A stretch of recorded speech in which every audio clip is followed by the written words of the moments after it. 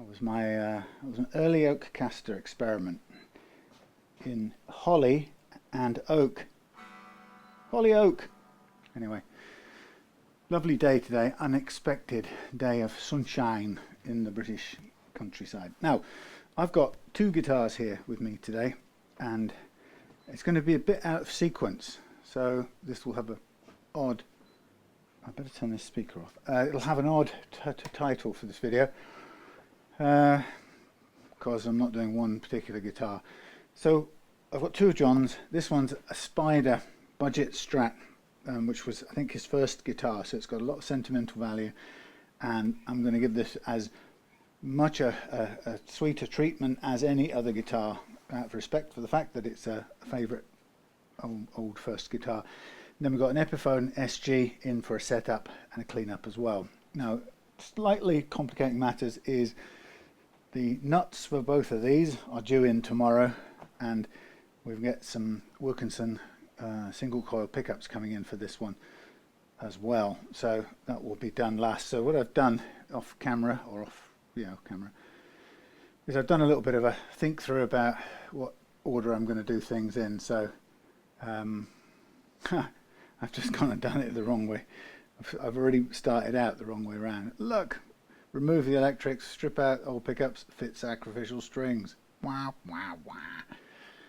Well, one can come at the end of that. It's not kind of important because I'm not really going to do anything else meantime. So let's get going, and I'll just kind of talk as I go, really. So what we're going to do with this? Well, actually, I'll show you a bit of close-ups on this. So it's a budget Spider, and it's, as you can imagine, oh, look at that. Let's look at the red behind there. So you can see it's a monstrously high action. Mind you, the saddles are up on their hind legs, so we start by taking those down. So what I'm going to do is I fitted the sacrificial strings. I'm going to do a geometric setup, but it involves working this nut a little bit. So to do that, I'm going to get my nut files, and even though it'll only take a short while, I'm going to treat this nut as if it was staying as the finished nut, which it won't do, but I still want it to be right for the setup, or geometric setup. So, okay tuners, nothing special, nothing kind of unduly bad about them. One of those sort of grainy, or not grainy, but mapley, Chinese maple style necks with sort of funny stripes and things in it, which is quite common for budget guitars like this. Yeah, so it's I think I know for a fact that the jack socket's fallen out, and all of this is wrong. So we're going to set it up straight away as if it's going to get fret leveled very soon, in fact. So this is a slightly different way around from many things I would normally do. So the first thing I'm going to do is take down the saddle action, just to see if I can get anywhere near to the target action without shimming the neck. But I've prepared a shim anyway in case I do need to shim it. What I'll also do, if I go any further, so I'll take off the cover plate here, and I'll make sure that the tremolo is, or the claw screws are fully in. And so I'll probably do this for leveling and for sanding and all of that on this one, and then we'll throw the strings away, get the electrics off, strip out the old pickups, prep the pick guard for the next lot of pickups. Okay, this is fully rammed in, as you can see there. Clang. That's fully in. We won't need it that far in a bit later on, but that'll do for now. Okay, let's go zoom out again. So what I'm going to do at this point in time is I'm going to now just concentrate on lowering the saddles with this thing. Let's see if I can get anywhere near to a playing action, or whether I'm going to have to do it this way, whether I'm going to need to shim the neck. course, even if you get to the sort of target playing action like this by lowering the saddles, you do end up with a slight problem in that you've got the saddles now sticking out the top, so it's sort of better if the neck itself is up further, and then you can use up more of the grub screws, so this is all over the place, so they don't stick out so much. So this is currently at 2 mils, so we are going to need this neck shimming, so I'm going to just do that straight away because there's no reason to carry on struggling without it. So I'm going to bring my ready sticky backed shim. It's a 1/4 millimeter brass shim, and what I'm going to do is I'm going to squeeze down my strings, and then we're going to take off the neck. Whoops, that doesn't actually work quite so well. Take off the neck, put the shim in. Now, the most I'm comfortable using on a neck like this is 2 of those widths of shim, which means 1/2 millimeter of 1/2 millimeter of brass. Okay. Okay, let's have a look. Okay, it's already got, blimey, it's already got some shimming going on there. So that's a bit of a naff arrangement. So I think I may end up needing 2 of these. Let's make a second shim. I'm also going to just cut back some of the excess material around these screw holes. That's sort of turned into a little bit of a mountain there. So what I'm going to do is I'm going to put the first one on, and then we'll put the second one on straight after. So yeah, and 2 is the most I want to do. But this will bring the neck up to a more conducive position. So either I can put this in the back of the heel there, or I can put it on, in the back of the pocket, or I can actually place it on the heel like so, which I'm going to do. And then I'm going to get my tin foil and cut me to another one, and I want to keep it the same sort of size.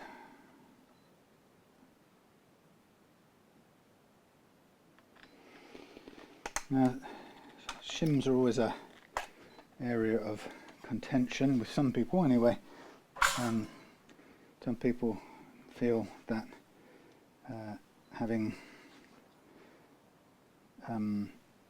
lifting the kind of far end of the heel up in the air, supposedly, which is what shim technically does, is a bad thing to do because somehow it interferes with tone. And I think some people think it stops tone oozing its way back to the pickups by some kind of mysterious process that's hard to explain, always hard to explain. Well, I can't, I'm still waiting for a credible explanation of how that happens, so until I get that explanation, I don't really count. It doesn't count for much, or doesn't hold much water. But the other concerns I've heard people say, which I suppose have a bit more understandable or credible, and that is, people say, look, if the shim is lifting up the end of the fingerboard a little bit, and then you've got a situation where there's effectively a very small air gap under the heel, won't that risk causing the surface of the heel to deform? And technically, yes, it's possible. You know, the idea being that when you press in or tighten up the screws, somehow they will pull down and deform the heel shape. Maybe it's vaguely possible. So shims attachioed, resting that back in there. Quite often, quite common, is a piece of cloth sandpaper or sanding belt used as a shim in factories. It seems to be the way people do it. Put this. Now I found just dropped the what do you call it, the hex key, but I still haven't found my tuning fork. I think I must have swallowed it, so it's gone forever. Right, so now I'm going to turn this over, hold it more or less into place. You can't really see very well from there. Replace the screws, switch over.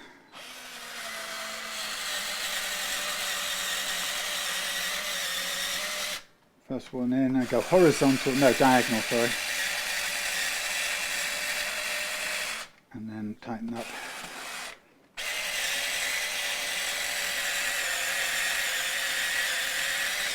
And final, this one.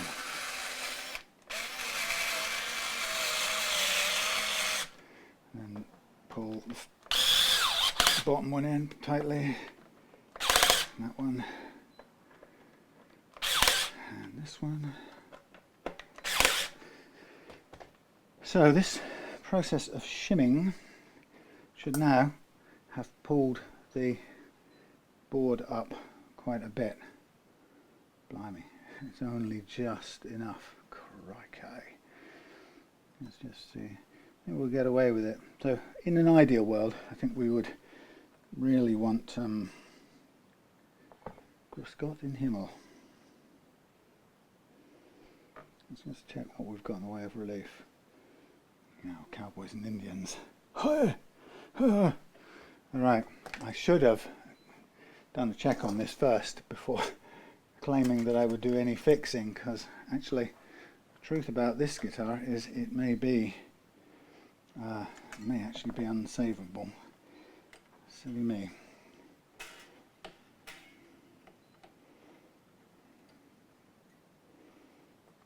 Let's just move these off to one side. Right, I'm going to do an all-important, I just didn't, oh Lord have mercy.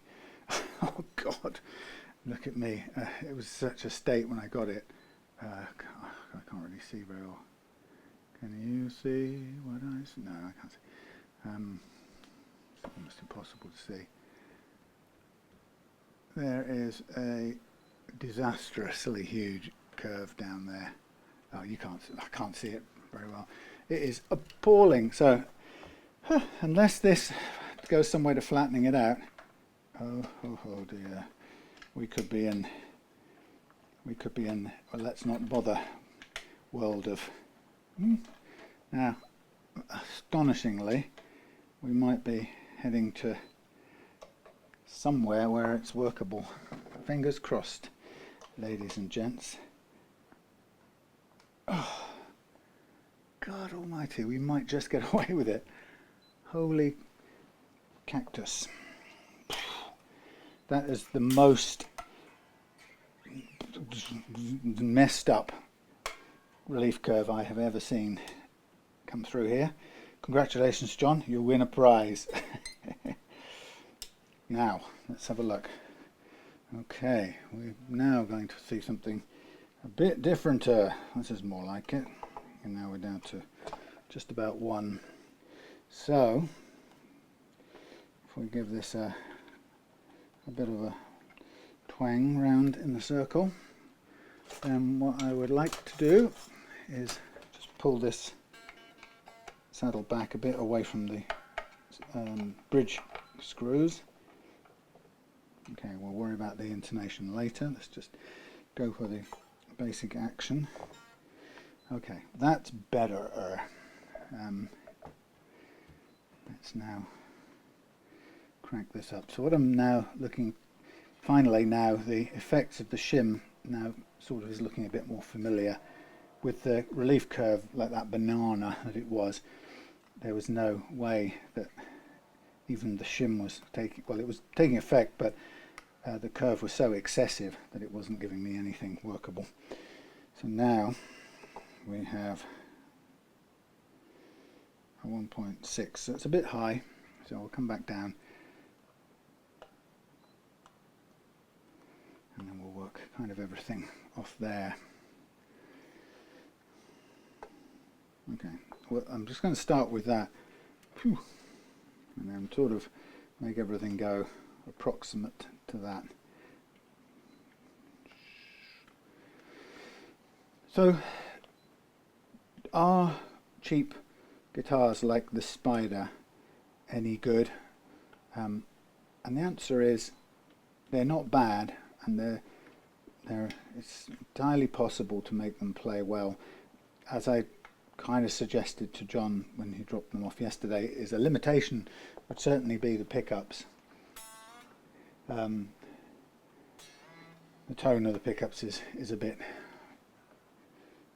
sort of anonymous and weak. So I suggested, for a small, relatively small budget cost, he could get a great improvement from a set of Wilkinsons for about £30, which is a small, relatively small amount to pay for a noticeable tone improvement. So that's what we went for.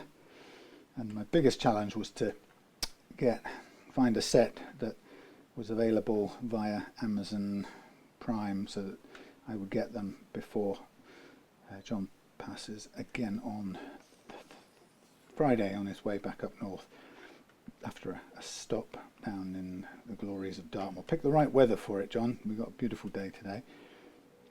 So I'm happy for you that you got to see Devon again at its finest. I got to see the back garden and some blue sky looking up from my hammock. So this is what part I call the geometric setup. That tuner's a bit dodgy. We'll have to watch that one. I do have quite a lot of sets of spare tuners in case this is unworkable. Alright, so we've still got quite a lot of relief in there, but obviously not as bad as it was. So let's see if I can just crank a bit more curvature out of it. It's quite a challenge.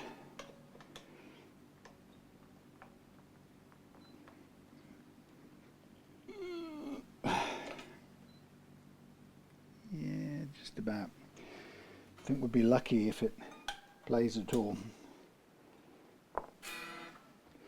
So again, I call this geometric setup. So I'm concentrating entirely on getting the first fret action correct, the last fret action correct, which is where I like to measure it. Millions of others don't. They use the 12th, but I use the last fret. So I take care of the first fret action, the last fret action, followed by the neck relief, or actually the other way around, neck relief first, then first fret, and then last fret action. Once I've got those sorted and I've got basically an action that I want to play, it's as low as I want it, and chances are once you set that action you may well find that the fretboard doesn't allow it, i.e. you'll get strings that are buzzing and so on.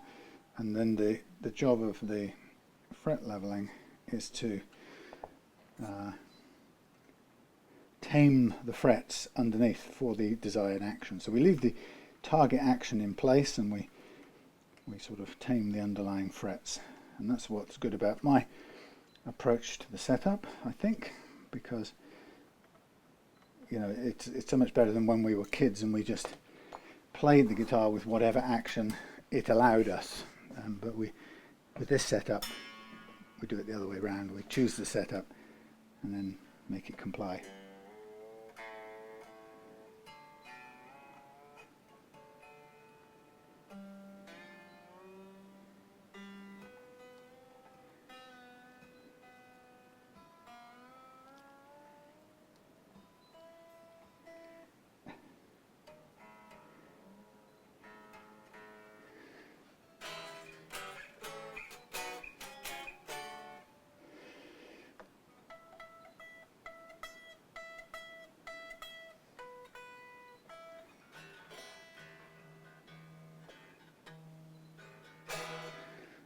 Okay, these are sacrificial strings that I've just put on. They'll be going out of tune pretty much all the time at the moment because I haven't stretched them out. They're just put on quickly. So I'm going to keep or tune them up again, and then we'll check the neck relief again.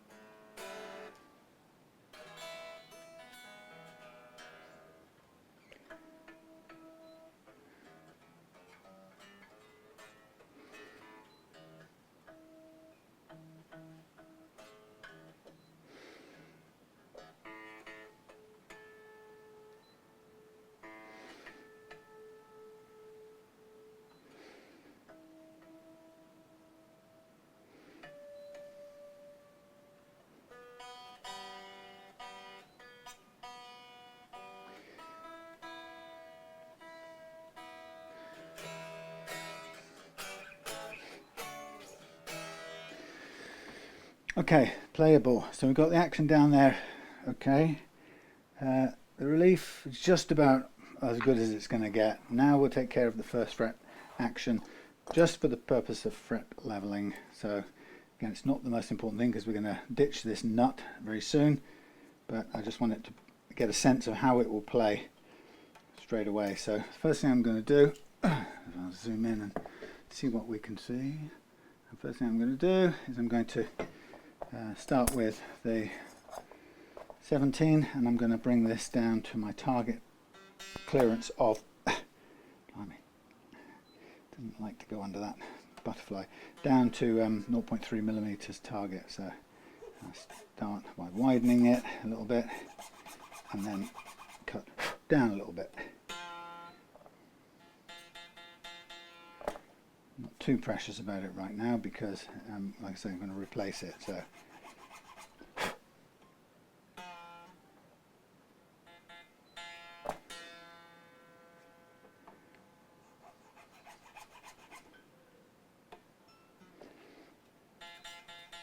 that'll do me. Now we're coming up to the 13.01 point, no, was it 0.013 of a mil, no, 0.013 of an inch. And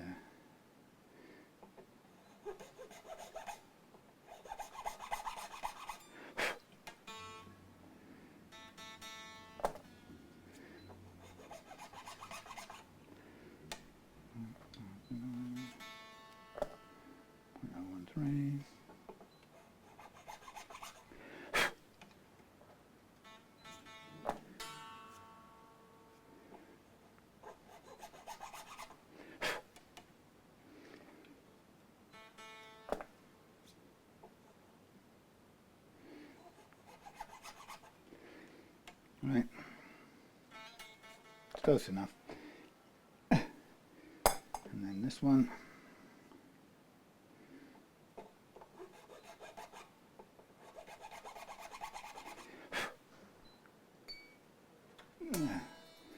Take that out from under there.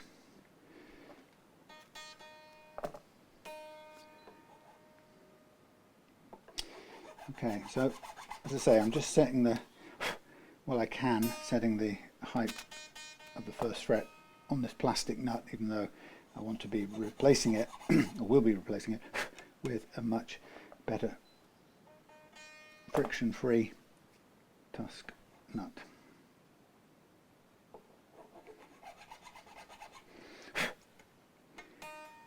That'll do. Okay, and then we come off the bottom edge. And then we go from 26 down.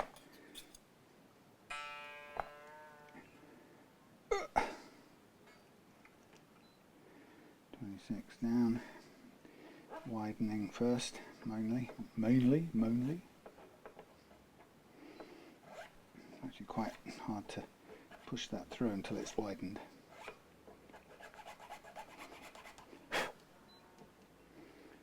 That'll do, pretty close. Put that under the string tree. And we've got the... something wrong with that tuner. So we want 36 now here. Not a million miles off. So widen it.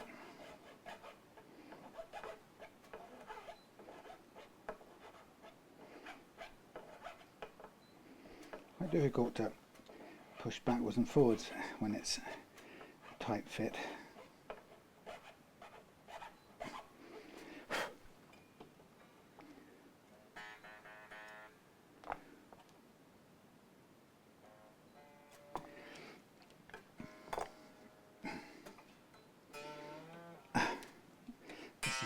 Kind of waste of time-ish, but I'm still going ahead with it anyway. Okay. Blue 36. Oh, come on. I'll do push that under there, and then finally the 46.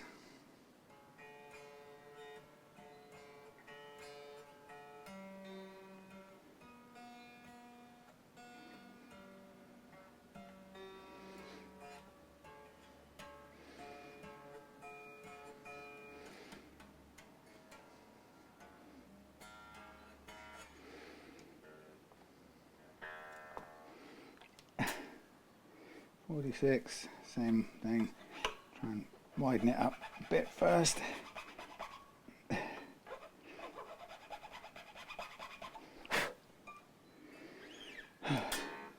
Good enough. Right, so that's my basic geometric setup nearly done.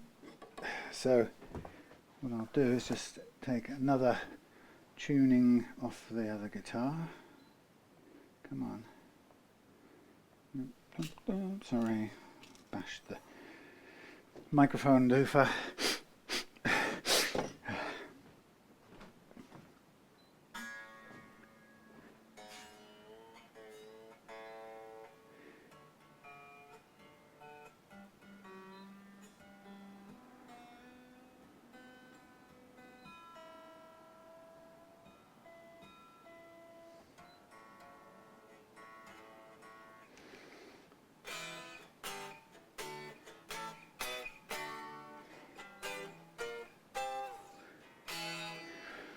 Light as a feather.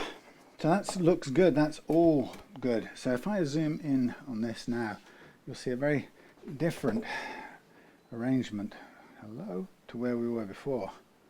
See what I'm saying? No huge gap. There's a tiny difference in the string height there of the D, probably a fraction too high. But you can see that we've got a much better, zoom out, much better playing action, and ready to take care of our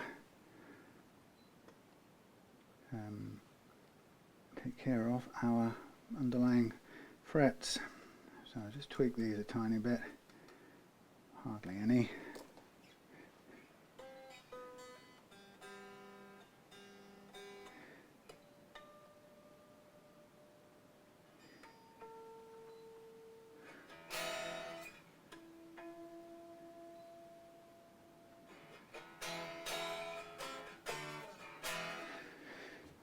Right, well after all of that, I'm now going to suddenly detune everything. Whoops.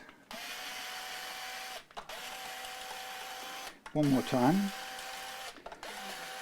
Because what I'm now going to do, since I've got the geometric setup right, I'm now going to pull these strings off to one side and mark up the frets with thingy marker, permanent marker, knobbo, whatever. What is this one? This is a pentel. Okay, so permanent marker thing.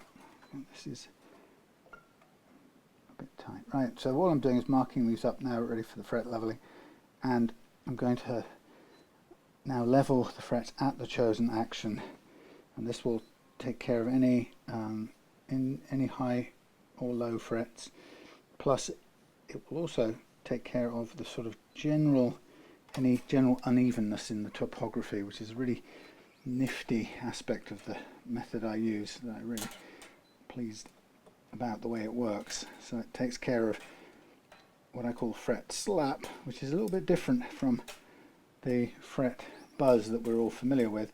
And the fret slap, amazingly, is the one that kind of gets in the way more than the fret buzz, but we'll see how that plays out in a minute. So really what I want in a minute is just this up to pitch for the sake of leveling. So there's not really, it's not about being in tune particularly, but we want it under pressure, under compression.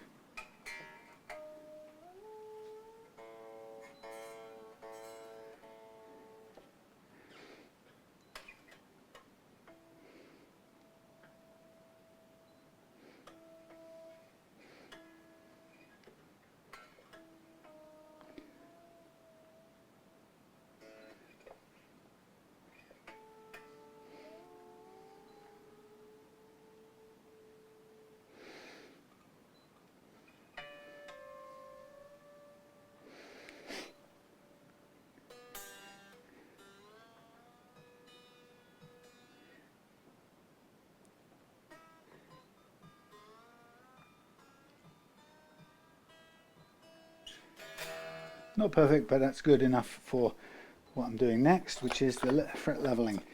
So this precision leveling is the same as I do for a £1,500 Fender USA Strat. So it gets the same treatment regardless of the price point, because basically the same thing works, and the leveling method works the same whether the guitar is an expensive one or whether it's a budget one. And what's nice is that it makes a budget one as easy to play as an expensive one. And some people find that quite hard to swallow, because I guess they're, we grow up on the belief that, or grow up with the belief that, you pay enough money and you'll get, or pay more money, you'll get a better setup guitar. When in fact this thing tends to, or this method tends to make a lie of that. So I'm just doing a quick sort of run over now, and what I can see straight away is where there are highs and lows. Okay, so call it level, low, level, low, level, low, level, lowish. So it's got quite a lot of ups and downs, as we sort of knew. The neck looked a bit sort of crazy to begin with, but it was mainly as a sort of complete huge bow. But actually this is fine, because this is what the method is good for. It will kind of glide over the topography of these hills and valleys, and while it will also snip off tall frets, what we'll do is we'll sort of find that the tool also helps to gently sort of bottom out low patches. Now there's some here I'm not getting to the bottom of, and it's not critical that I have to, which is why this method's so good, and it beats the standard method of taking the neck off or laying it level and doing it with doing the leveling with a, what's the thing I'm looking for, a leveling beam. Let's find a plectrum. Right, this is one.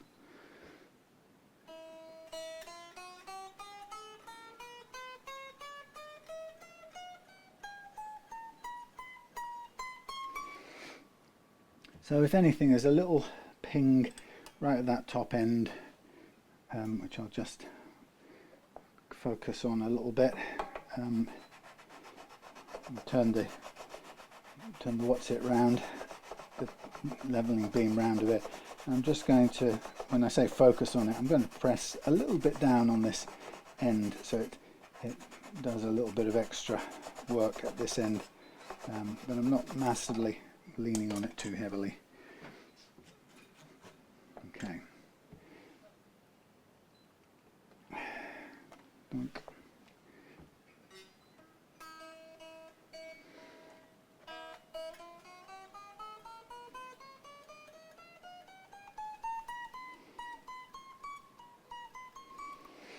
think that will do. Now I'm going to keep the same calibration for the B track, and then change it again in a minute for the G track. So here we go.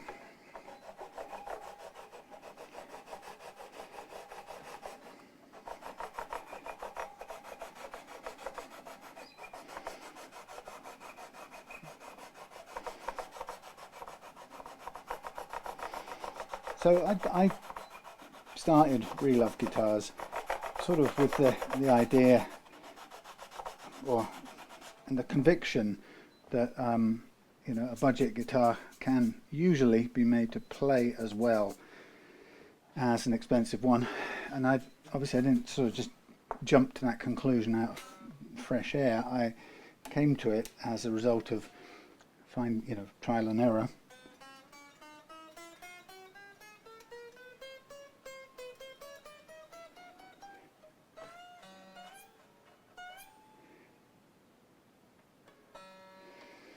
Oh, 13th, 14th, 15th fret. 15th fret, high E, 15th, high E, 15th, bend, gives me a choke out.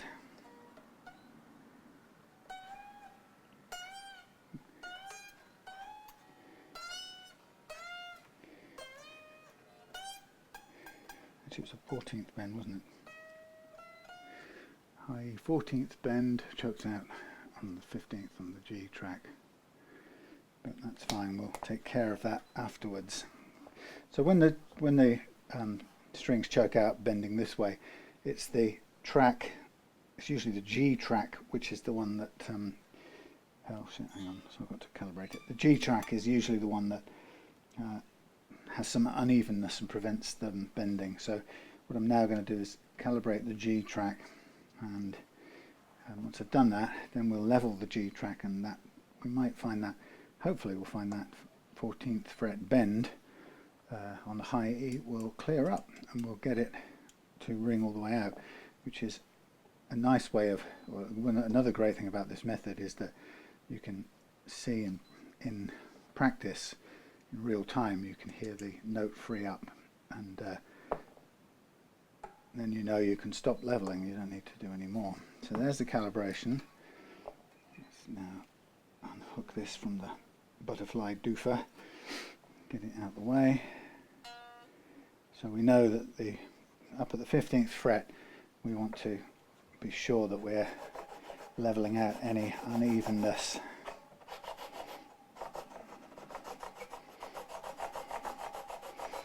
And now we're in the G track, as I call it.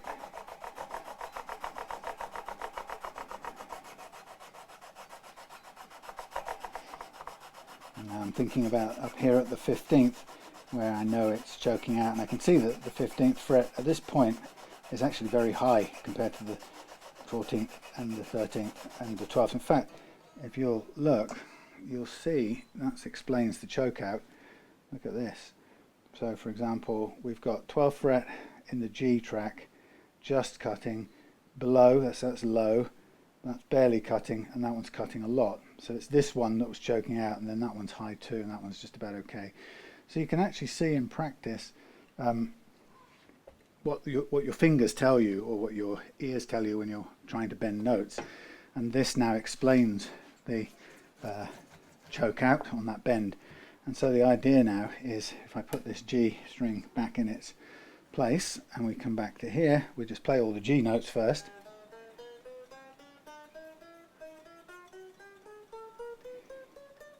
Not bad, a little sizzle around the middle here, which I could take care of. Now let's go 14th fret bend.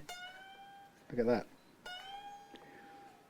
See, we freed it up on the 15th because we've leveled that very high 15th fret. Brilliant. So I'm going to go back and just do a tiny bit more in the G track. So this is, I know I'm kind of, feels like I'm whizzing along, but what you can see is this method gives me the ability to hear when, or it gives me an ability to confirm the cause of the choke out that I suspected. So that's very reassuring to know that your diagnosis, if you like, is right. So I can not only confirm that I guessed right about the state of the fret, but it also then it's even more reaffirming, because it then clears that up, and as soon as I've got that bend free, and I don't need to do any more leveling because the notes are all playing and the bends are all playing, then I'm good to go. And I can leave any other unevenness in there. It doesn't matter to me if it's below the action I've chosen. So I've set the low action to begin with, if you remember, and now my aim is to make the frets comply, or to tame them in accordance with this action. And so once I achieve it, the strings being on allow me to hear that I'm achieving it, and then I can back off and stop the leveling at that point. So I'm just going to follow on at this end, expecting that the same high and low frets are going to be at play right up at this end, which they are. So there's quite a lot of fret dust coming off there, but that's okay. So again, first check is all the individual notes.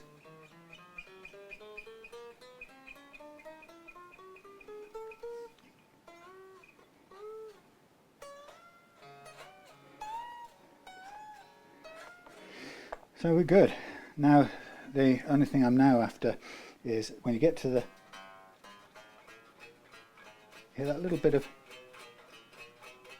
that, there's a slap, I call it, accompanying most of the notes there on the low wound strings, the A and the E, and I call that fret slap, and that's usually the result, or it's usually, I think it's caused by the overall hilliness, so that when these strings are spinning, if the hill tops are a little bit high, they stick up and the strings connect with them, making that slappy noise.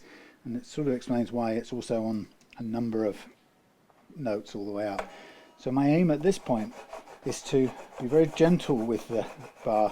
Having calibrated it, I want the shape of the bar now to kind of gently work itself onto the frets on the neck here. I'm not chasing any single high or low fret. The way I put it is I'm trying to map the curve of this bar onto the hilly neck. So I just gently wear down the tops of the hills a little bit, so that the less this bar bends in many ways, the better. And if it is going to bend at all, it's better that it bends in the middle and keeps the shape as well as possible. So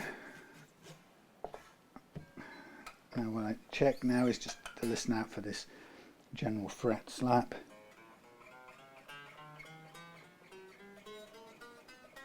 So a little bit around 12, 13, 14 and upwards. So what I'm going to do now is I'm going to concentrate really just on that second half of the neck. And what I mean by concentrate, as always, is to basically kind of put my downward pressure at this end a little bit more, and from the 12th fret onwards.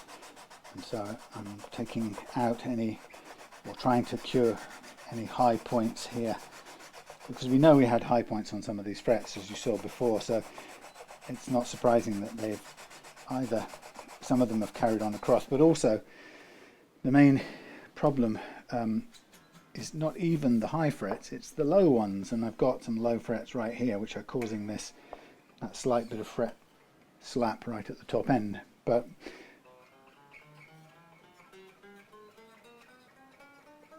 not too bad.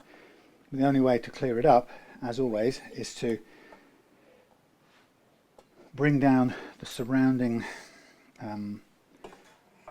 fret tops, or tops of frets, to, if you can, bottom out a little bit with the low patch, the valleys, if you like. So I think that's going to be about as much as I'm going to do. My instincts say stop there. And then we come on to the low E, which we'll calibrate for as well. So at the moment now, it kind of looks a bit dusty, mucky, and the frets have got a sort of flattened tops on some of them and not on others, so it all looks a bit messy.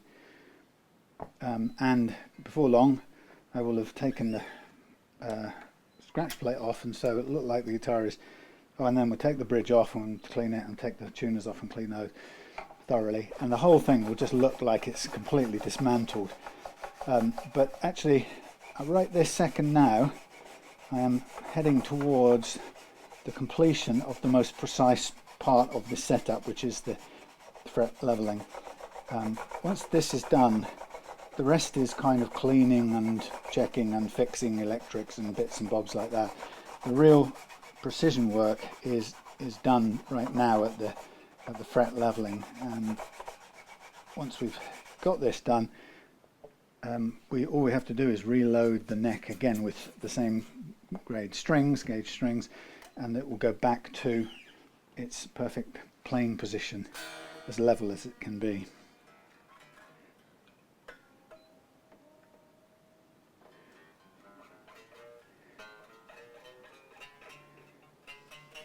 Now we've got some fret slap there,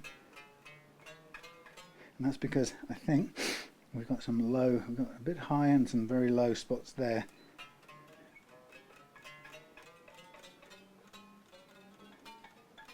Wow. So this is really all the way from the 12th upwards needs more work on it. So I'm going to go back and focus on that some more. Now the question is, when do you stop? And maybe you reach a point where you decide that you're going to stop leveling because you don't want to sacrifice any more fret metal, and your choice then becomes, instead you'll regain the playability by lifting the action very slightly, and that actually doesn't have to be by very much usually to regain the playability. So this leveling up here is because we've got some pretty low frets up at this end, and I think that's all the leveling I want to do on this. And it is a lot of different stuff. There's high frets here, then there are a bunch of low ones here which is causing the rattle, and then 3 high ones at the end. So it's a fairly uneven neck.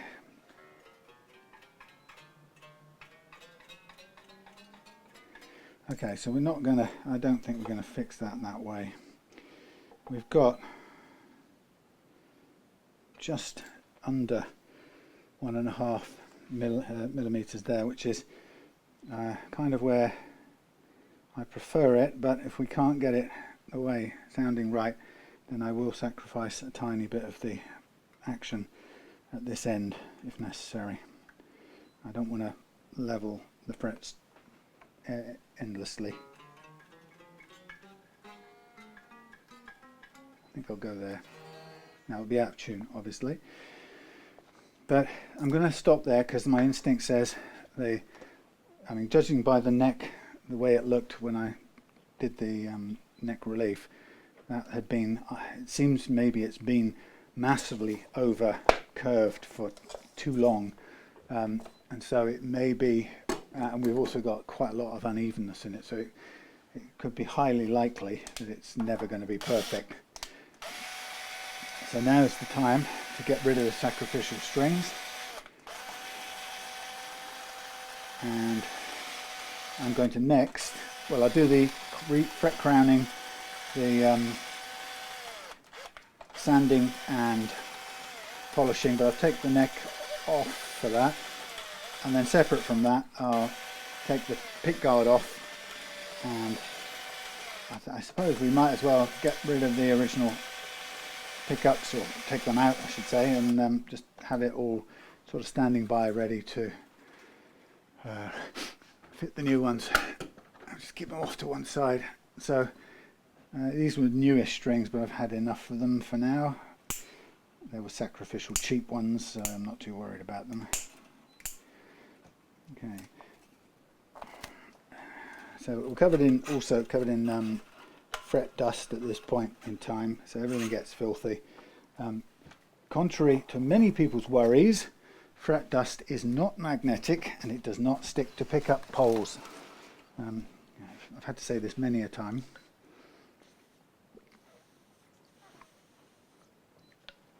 If you clean your frets with wire wool, that's a different matter. That will stick to your pickup holes. And some manufacturers insist that not only that, but it will go into, or it can go into the pickup windings and cause them to rust. So if you use sandpaper, very definitely, not sandpaper, wire wool, very definitely cover your pickups over. But fret dust is not magnetic, it's just dust.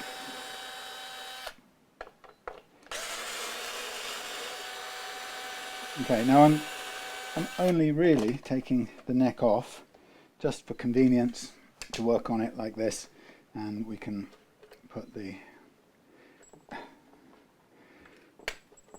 neck screws and stuff, and now we have access to, I thought you might just like to see this for interest's sake. I'm going to remove the thingy. So to fit some new pickups, I'm going to want to remove both the jack socket, which I suspect is either broken or something wrong with it.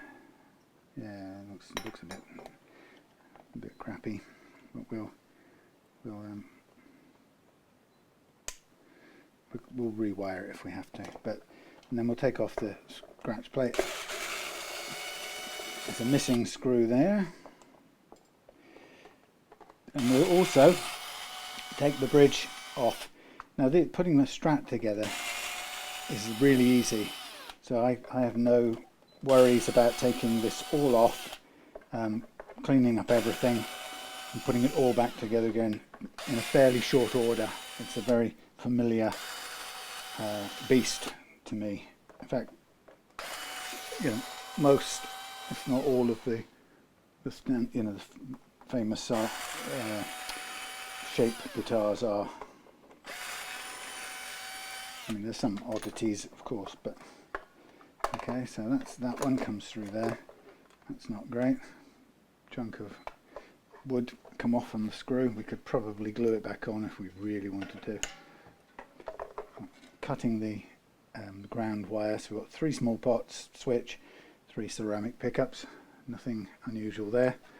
But we'll just put it off to one side, and then we've got a sort of bog standard thingy. Now the idea is, if I were to glue this piece of wood back on, the question would be, will it actually, will the screw go into there any better than before? And to be honest, I don't really know if it would. We could probably glue that back on and then stick a cocktail stick in there to make the thing. So why don't we do that, since we're in the mood for small fixes and stuff like that.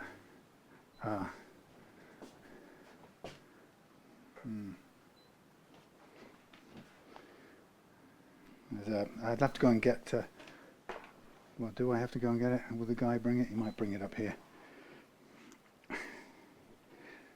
I've got a big old nasty old fly up here that's pissing me off.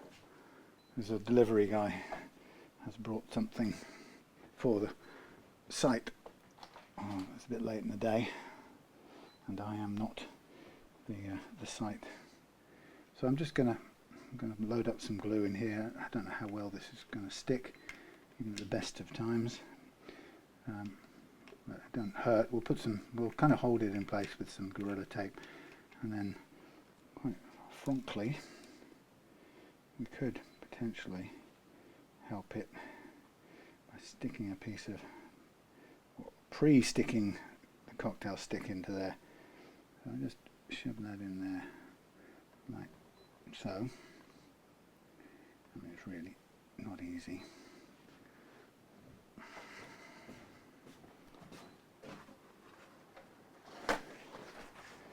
In reality, this isn't going to hold very well at all.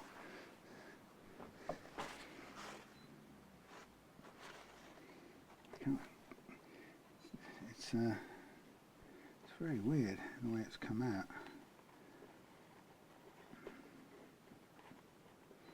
I'd be better off if I could even even screw it in place. Really, oh, look at that, just doesn't want to stick.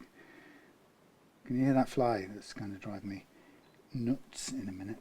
Right, I mean this will glue in place if I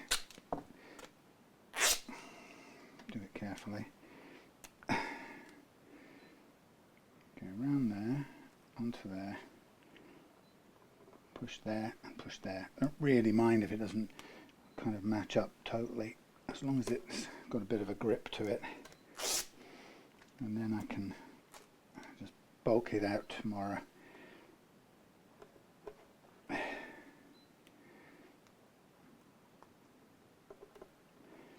think, whoops, that's not good. I think I will put that round there, like so.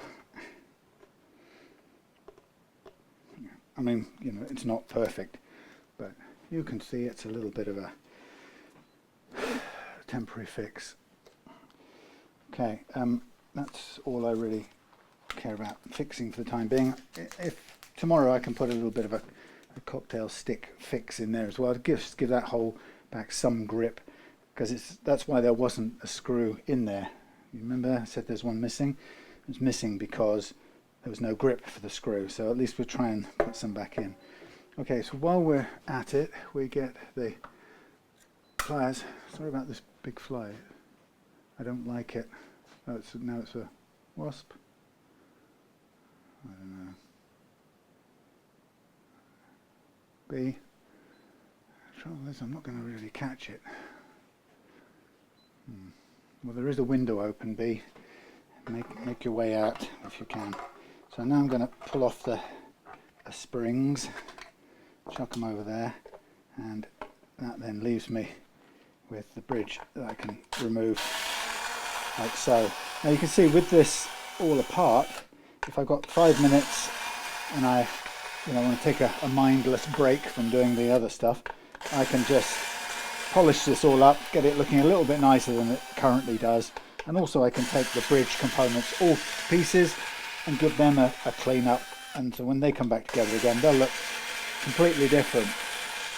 Now the other thing to remember is that I can take all of this apart because I know that when I put it back together again I can set the bridge saddles at the position I want for the action I want, and I know that the neck will fall into line with that because of the way this leveling process works.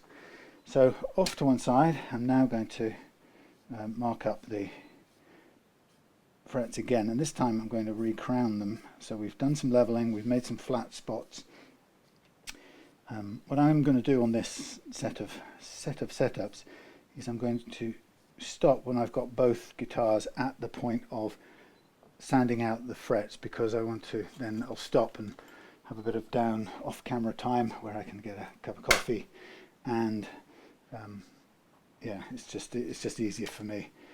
So what I'll do is I'll get this to this point, and then I'll switch over to the SG, and we'll get the SG to a similar point.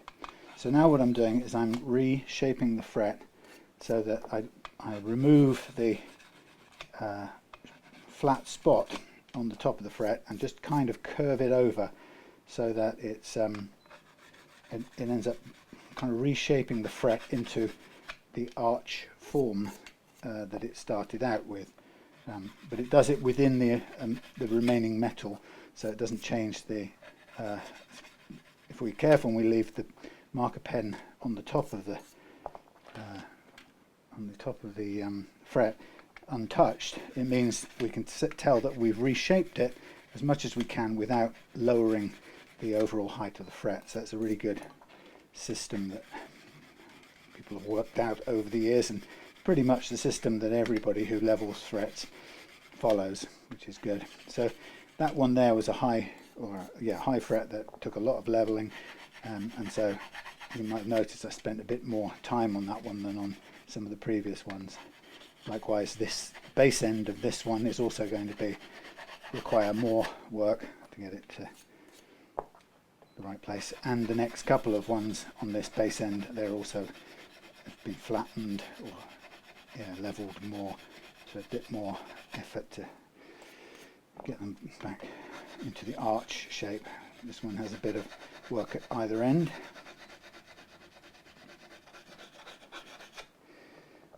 Okay, so I'm trying to think whether I stop and put this to one side after I've done this part, and then take the SG to the same place, and then off camera do all the masking tape and then sanding and so on.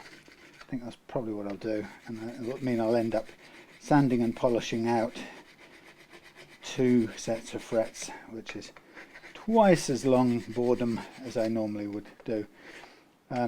But the thing about the reason why I'm doing these now when I could have done them tomorrow night and the night after is that it's Claire's birthday on Friday, and I know that John's coming to pick these up on Friday, so what I'm hoping to do is, if I can get them finished mostly tonight, barring the nut changes, because I don't need the final nut in order to do the leveling like I've just done. I just need to work the original nut to the right height, although I know I'm going to throw it out.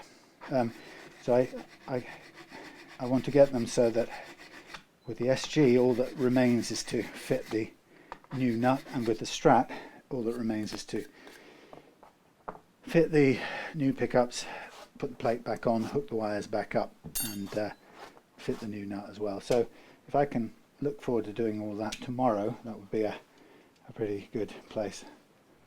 It's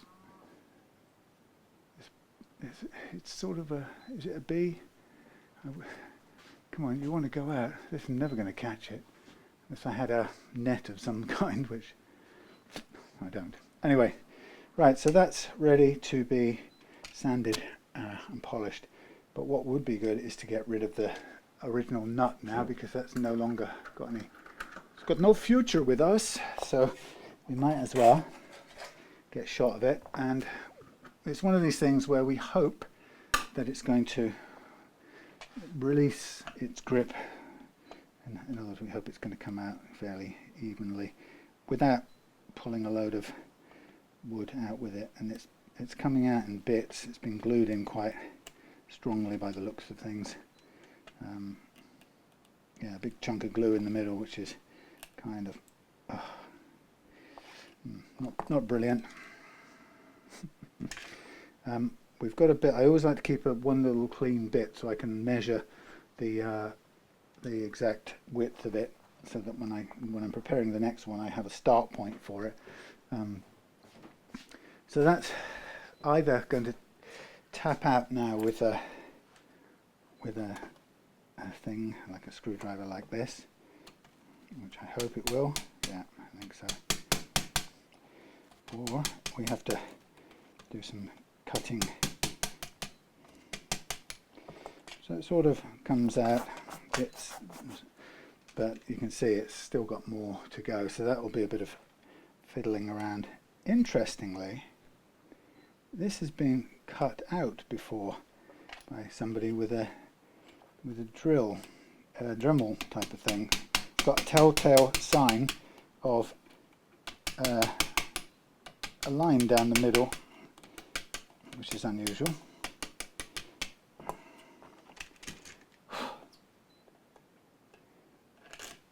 Let's see if I can show you.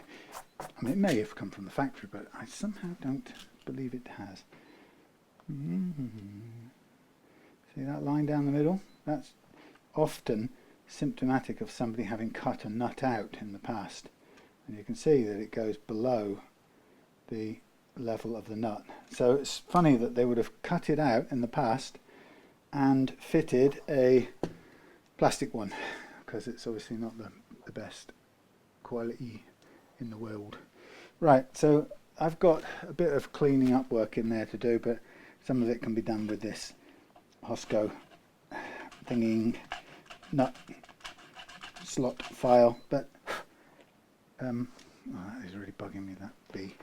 But some of it will be done with the help of a blade like this, just to kind of get at some of the crunchy glue that's built up on the front and back walls of the nut slot.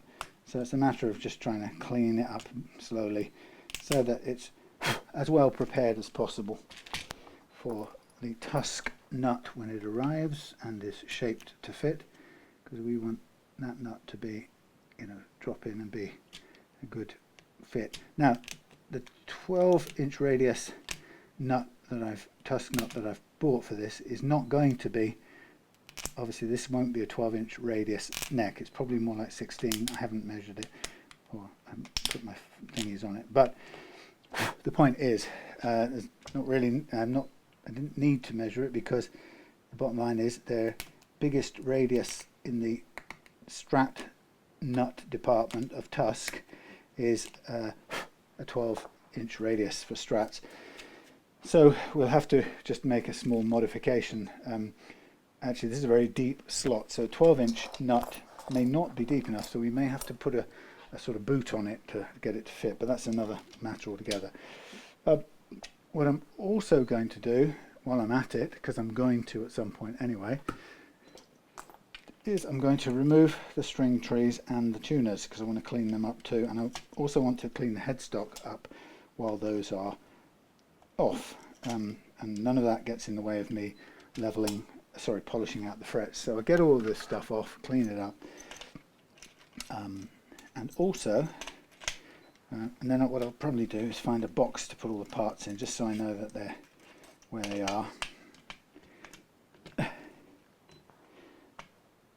Come on, you.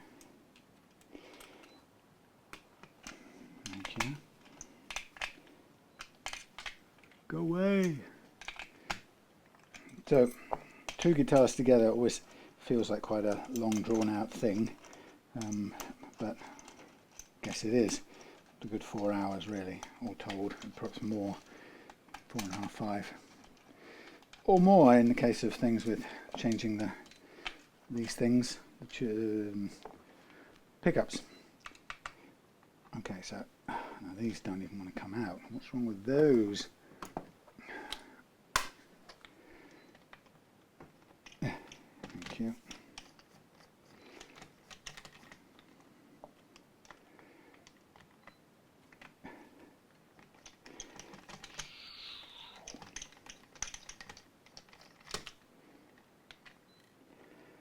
So the nice thing about taking the tuners off is it's not strictly necessary, but it does give me a chance to look at the neck, the headstock all over, and to clean it up as well, so that you put the tuners back onto the cleanest possible headstock and neck, and then you can, you know, polish them up a bit with some car buffing stuff with a nice clean rag. So it's a nice, just a nice little sort of check and finishing touch, but you can also, gives you a chance to sort of check each of the components anyway, so that you spot any individual problems. Right, thank you. There's 6 of those. Then we've got to get off these.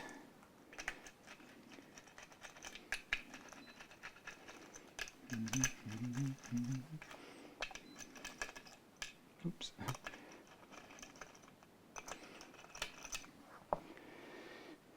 So, where's this one? Right, that one, that one, that one, that one. Don't think there's really any big deal about these being on the exact same one, but you never know, sometimes they have quirky threads and it might be worth just making sure it goes on the one it came off if you want to guarantee that it's going to fit. So there we have it. So we're building up a nice little pile of spare parts. Obviously, because we're not going to take apart the SG in any way, any shape or form, such a extreme and extensive way, the Strat stuff can kind of sit off to one side. So I'm going to put the neck off to one side now and come back to that. While we're on the sort of Strat-O camera, I suppose what we can also do at this point is to take apart and clean these fellas. So I'm going to get me I thought I had it, here it is. I'm going to get me see if this works. Just take I'm going to take apart the bridge, and I'm going to keep it in a sort of order so I know what's where.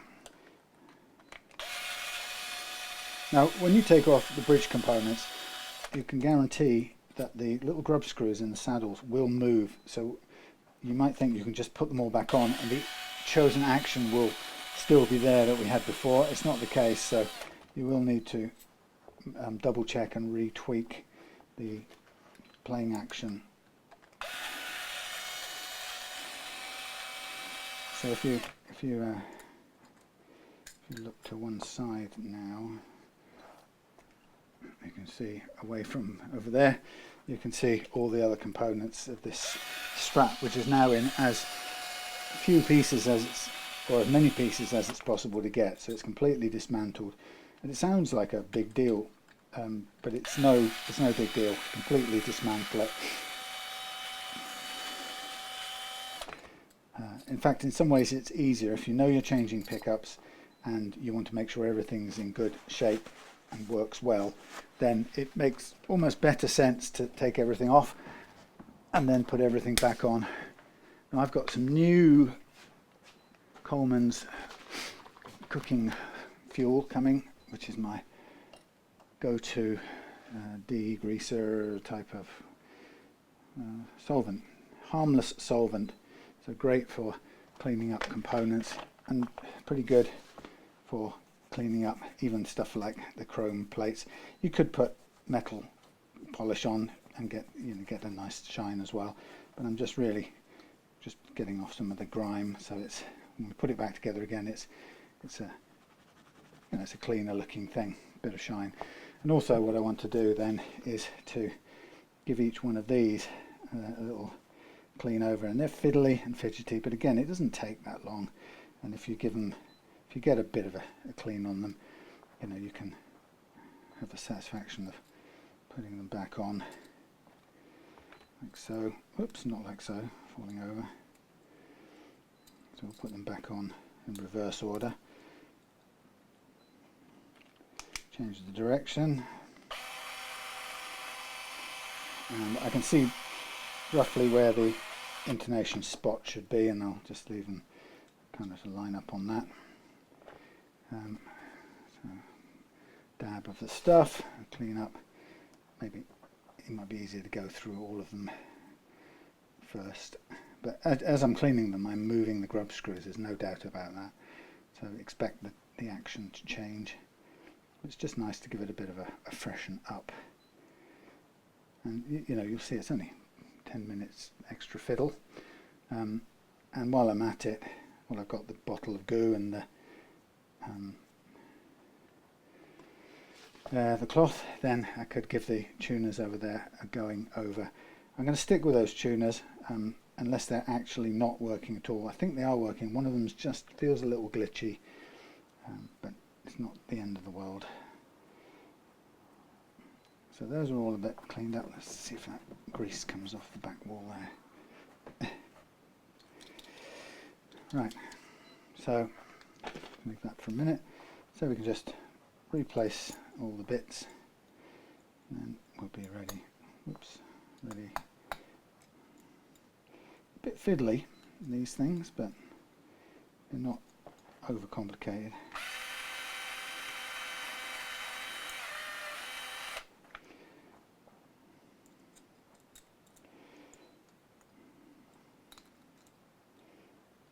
So this is just de-gummed it, got rid of all that fluff that builds up, and given it a sort of a bit of a refresh, which is always a nice thing to do. And people notice, when you give them back their guitar and it's a bit freshened up from what they remember it. It's a nice thing to do.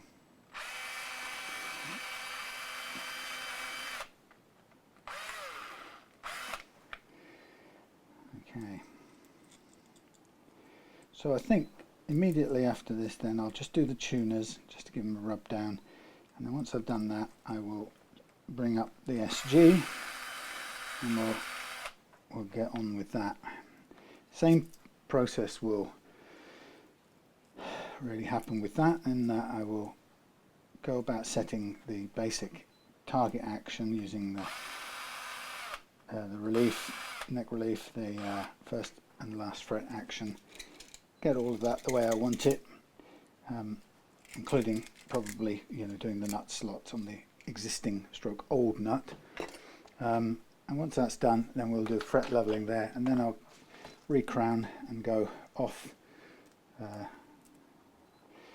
camera to do the sanding out part of it. Now these, the nice thing about these is they have a little screw that you can adjust. They feel a bit loose at the moment. If you tighten the screw up a little bit, it just stiffens it up, and not too much. You just want it to stop it being loose and spinny. If you over tighten it, you can mash up the gears quite quickly. They're not very strong, but that one's okay already. So you sort of want to end up with them all at approximately the same amount of stiffness, but it's not stiff, it's just slightly stiffer than spinning freely. That's the thing to kind of watch out for. And that one's already there. So okay, so we push this Strat stuff to one side, because I think tomorrow we'll finish both of them, providing of course the stuff arrives in the post, and then that means we can just come straight back to the Strat first to complete that, and then we'll have all the parts safely out of the way. We're going to set the tremolo to a down only setting. Where are we? 117. Yeah, we're going to go for a down only setting on the tremolo of the Strat, which will require, well, it will mean I'll end up pulling those tremolo screws a lot further back out from where they currently are. They're right in locking the tremolo down now. They don't need to be all the way in that far. If we bring them out and set them up just strong enough to overcome the string pull, but not so strong that they are completely jammed in place. Now this one was a bit too loose. That's a bit better. Okay, so there's my tuners nicely cleaned up. So I think we will decide that that's okay for now. And without doing a tune-up, a clean-up in between, I'm going to now just switch to the SG. And this is going to look good when it gets a clean-up too, because it's pretty grimy. I'll take off this switch protector. So let's move on. I'm just going to quickly have a swig of squash.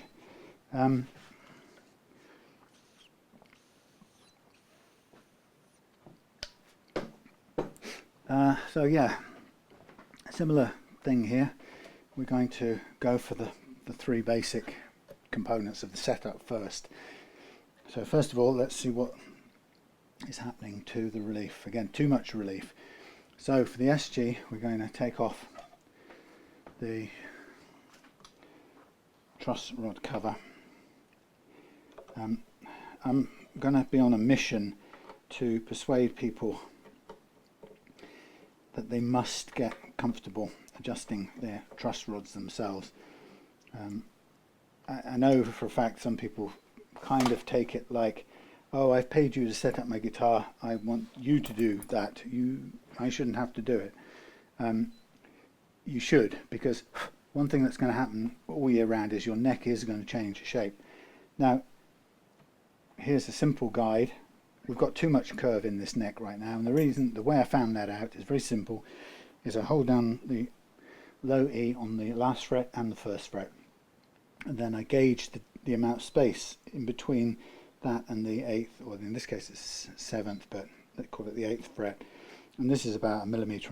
It's way too much. We only need a tiny amount, and people will say, how much do you need? And I'll say a tiny bit more than nothing. So if it's over relieved, I mean it's too curved, I want to flatten it out, and I flatten it by dialing clockwise from this end, as you can see, clockwise. So I've done two 30-degree turns, and it still won't even be close to flat yet. Again, recheck it. Now we're down to about 0.5 of a mil, still too much for my liking. More than a guitar like this needs. This can be very low and flat. So there's another 25 degrees approximately, and then I press down, hold on, and yeah, didn't take up much slack there, so I'm going to do a little bit more. So it's totally safe to do it until you've suddenly got no clearance at all when you're doing that check, and that's fine, and then go the other way a tiny bit, so you'll know that you've gone from practically flat backwards. Now this at the moment is about where I want it. It's possibly still a tiny bit too much, so let's follow my own advice and we'll put a bit more in. So you can see we've done quite about 4 or 5 25 to 35 degree cranks on the truss rod in the clockwise direction. If you can get the thing in there, it's quite hard to reach there we go. I mean, you can get it in, but you can't. You have to move the strings if you want to get a good bite. There we go. So now it's stiffened up quite a lot, but I'm just about now nearly flat. I've got about 1/10 of a mil, which is actually where it could be. We could live with that. So next I'm going to do, having done the relief, and with a caveat saying I may be fractionally over flat here, but let's start with that. I'm now going to check the last fret action here, and I can reduce that. And my target for such a guitar as this is same as on the Strat, but actually I know I can go a tiny bit lower on this than the Strat, so I'm going to screw in the posts to take the bridge down on this side, and I want it to 1.5 millimeters on that side and about 1.2 on this side, so both sides are coming down towards where I want them, and it feels really low and fast. Alright, so this will do. So let's get a note and see where things look. Actually, before I do that, we've got very low first fret action here, so I don't think we need to worry about that. So I'm going to start, before I tighten up the strings, I'm going to start by taking them off and marking up the frets with marker pen, because we might as well, since we're going to go into that mode shortly. So, and as you do, you get a chance to actually look at the condition of the frets a bit closer, so you can see the grime and any wear and so on and so on. They actually look pretty good. They're dirty, got a little bit of fret wear down at this bottom end, but generally speaking not a lot of wear.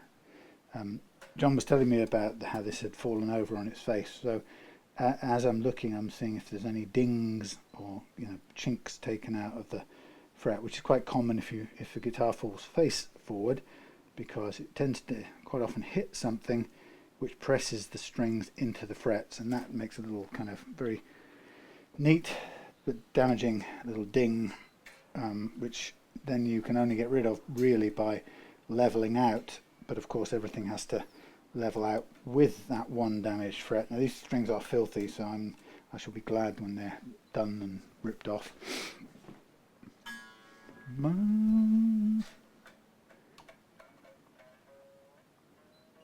Now, for some strange reason, this is now not playing anything because it's not under load.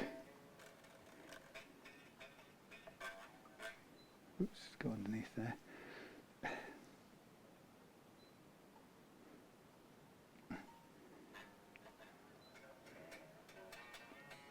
So sometimes when you're working with a neck that's quite flexible and a really low action, you notice how I nearly couldn't get that note to play, the A, until I put the rest of them under load.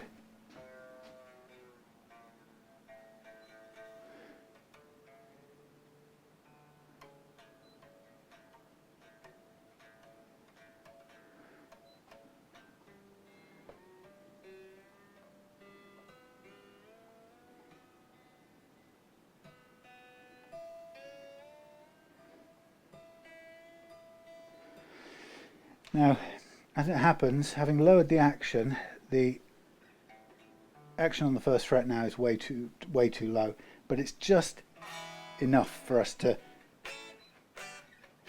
level the frets. This is an unbelievably low action right now. So what I'm also going to do while I'm at it, I'm going to look at the difference between the pickups here, and I'm going to balance them out a bit, because The bridge one is too high now. The basic rule of this is it's quite subjective. The rule of thumb is that the closer the pickups are to the strings, the more the output, but the lesser the tonal dynamic, and the further the pickups are, magnets are away from the strings, the lower the output, the greater the tonal dynamic. That is an amazingly low action. We're not going to have it quite as low at that end. That's barely clearing the thing, but it means we've got the three components of our action set. We've got a very flat neck, but a little bit of gap. That's fine. We can work with that. We've got an incredibly low last fret action down here, which is 1.3-ish and barely 1. That's very low, but let's start with that. And we've got an incredibly low first fret action here. That all of them pushing the limits, but it's likely that we can get it to work. So let's just get on and do it with that setup in mind. So now it's about making this neck, or making the frets, making sure the frets will cooperate with this action. So here we go again.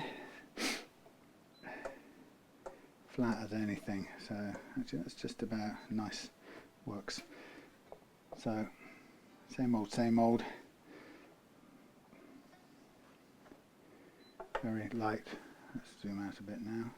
A very light touch, and again, first run of the fret leveling file always shows me what the score is with the general levelness of the frets or otherwise, so it's a good diagnostic thing.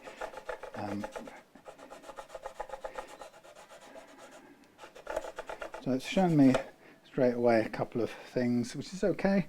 We've got low fret there, low 1 and 2, regular, low 4 and low 6 and 7, low 8, regular, slightly high 9, regular 10, regular 11, low 12. Okay, low, and a couple down here high, and a group of low ones here as well. So it's as with the Strat, there's a fair bit of variation.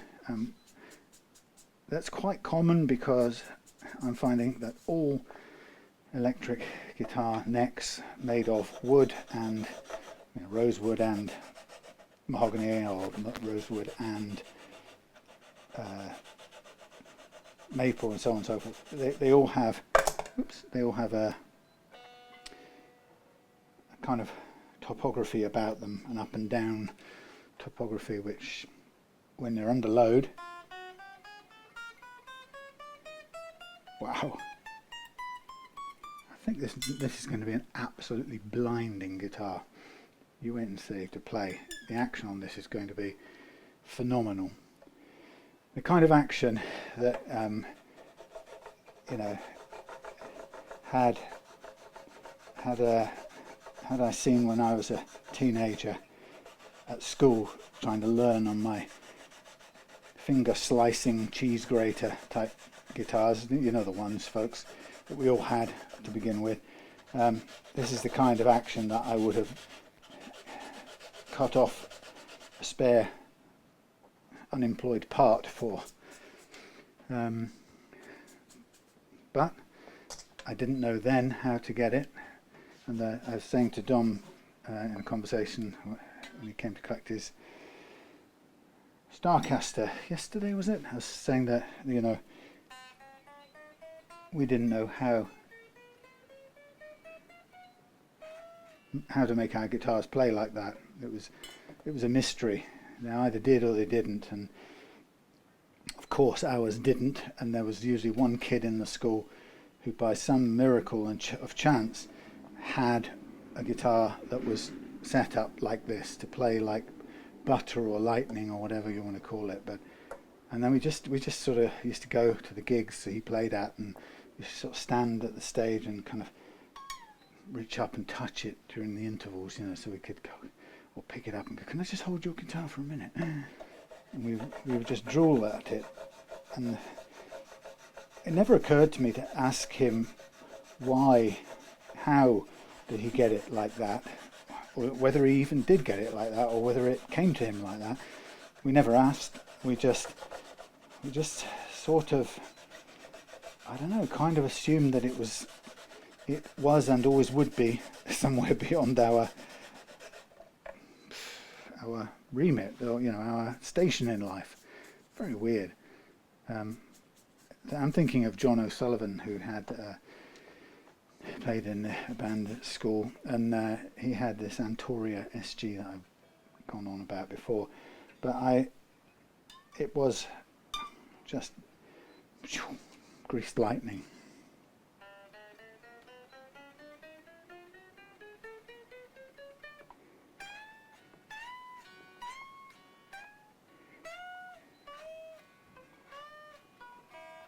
Pretty good. Yeah, so I never asked him, and we just used to kind of stare in admiration at this guitar and occasionally get to hold it. And of course, it wasn't a Gibson, so we didn't even quite know how it translated in the, oh well, it's got, if you really want a beautiful playing guitar, it's got to be a Gibson. It wasn't. It was an Antoria, and it had a bolt-on neck, which I'm not sure we'd even grown, developed the snobbery side of it yet. They would have said, bolt-on, that's terrible. But we knew it wasn't a Gibson, and we knew that it had a bolt-on neck, which was a bit not like Gibson SGs, but it was just phenomenal. And he played it like it looked, he could make it. I mean, he was the first player of peers, I could see his fingers did fast things. And there was they recorded a 3-track EP sort of thing when they were in the 5th form. We were in the 6th form, but the band was a year behind my year. And featuring 3 of the tracks that they always played at the pubs that we went to party at. But there was a lead guitar solo which it had this sort of slashing liquid molten lava of a Dave Gilmour solo in the way it began. Not really probably a very good thing, because Dave Gilmour doesn't really sound like that, but there was something liquid molten lava-ish about the sound of it, which I just was amazed by. And then just the speed of the licks he was playing on this thing, and it would torment me every time I played a damn cassette, which I played a lot of the time. Did I ever try and learn it? I could play the songs chords wise, but I'm not sure I ever recreated the solo. I think from when I was at school, I just think that the idea of soloing always seemed beyond me. It's probably a mental self-limiting thing that definitely stuck around for a long time, if not still to this day. Sort of fast guitar breaks don't seem to be something my fingers ever wanted to collude with me, or what's the word? Agree. They don't seem to play the game with me. So it's always felt like I can do a slow solo, and there's nobody who can play Wonderful Tonight by Eric Clapton like me. But don't worry about that one.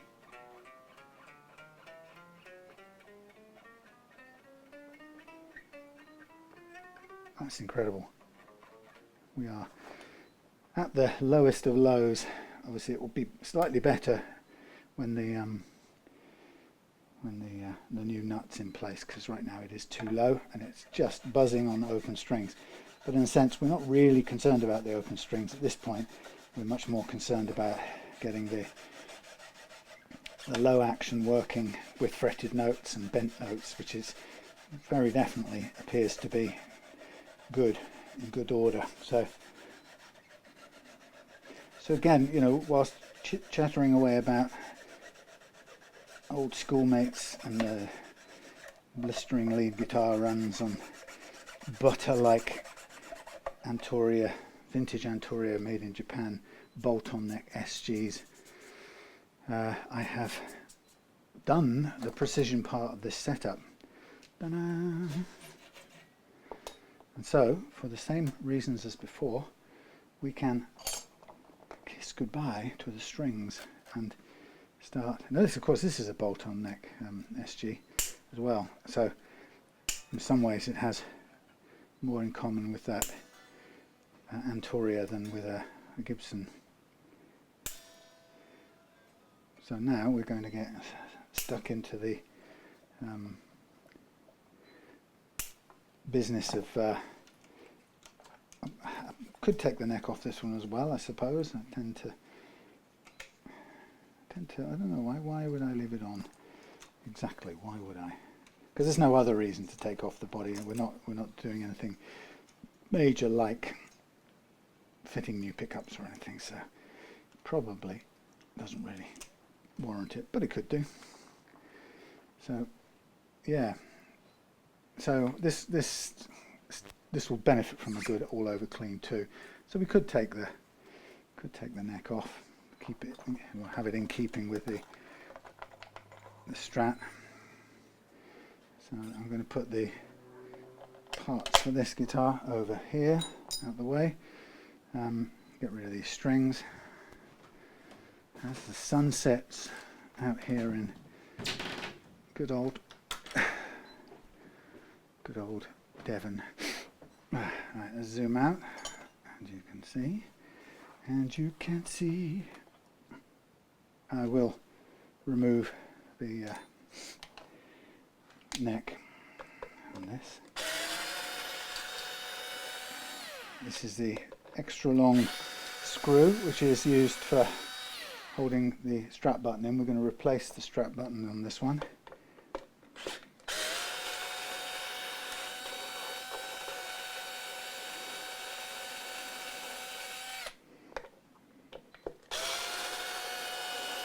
I think I'll give all of these bodies a little bit of a polish off camera, so I get the satisfaction of cleaning them and giving them a bit of a bright and shine up.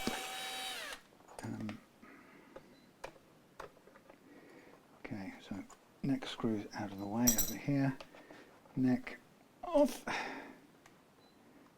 A little bit of a shim already in there, so we'll leave that. That's been there since the factory. So I will put this at the back here out of the way for the time being while I concentrate on the necks. And on this one I'm also going to tap out the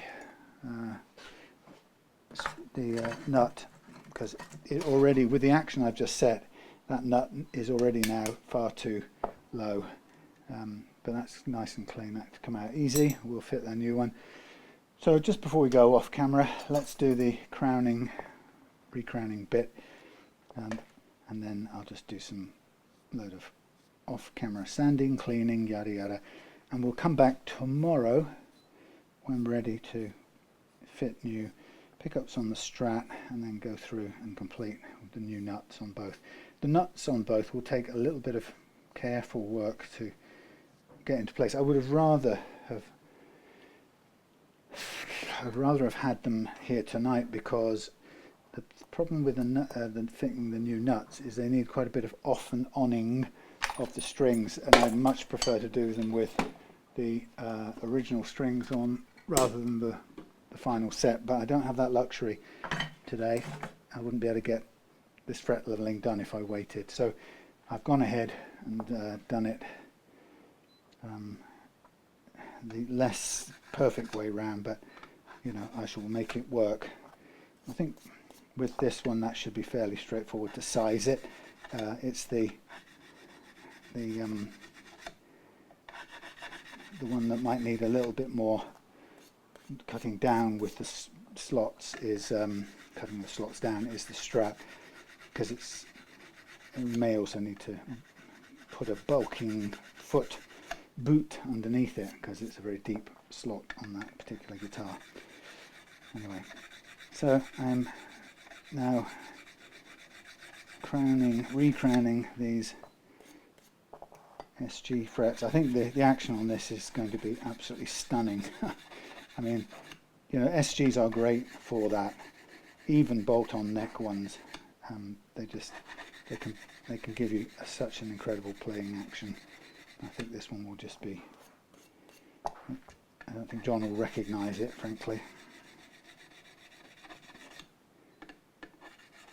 I can hear either a rat up in my roof or a bird kicking something around. It sounds like somebody rolling something around up in the roof parts. Or it could be a madman. Who knows? Anyway, so I guess while I'm off doing the sanding and polishing part of all of this, I will also recharge the batteries because they will be running low now on this bit of a marathon.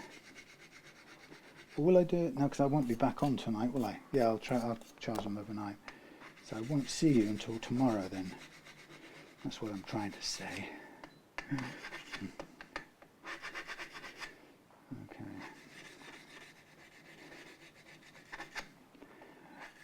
These weren't huge, tall frets to begin with on the SG, but we should be all right.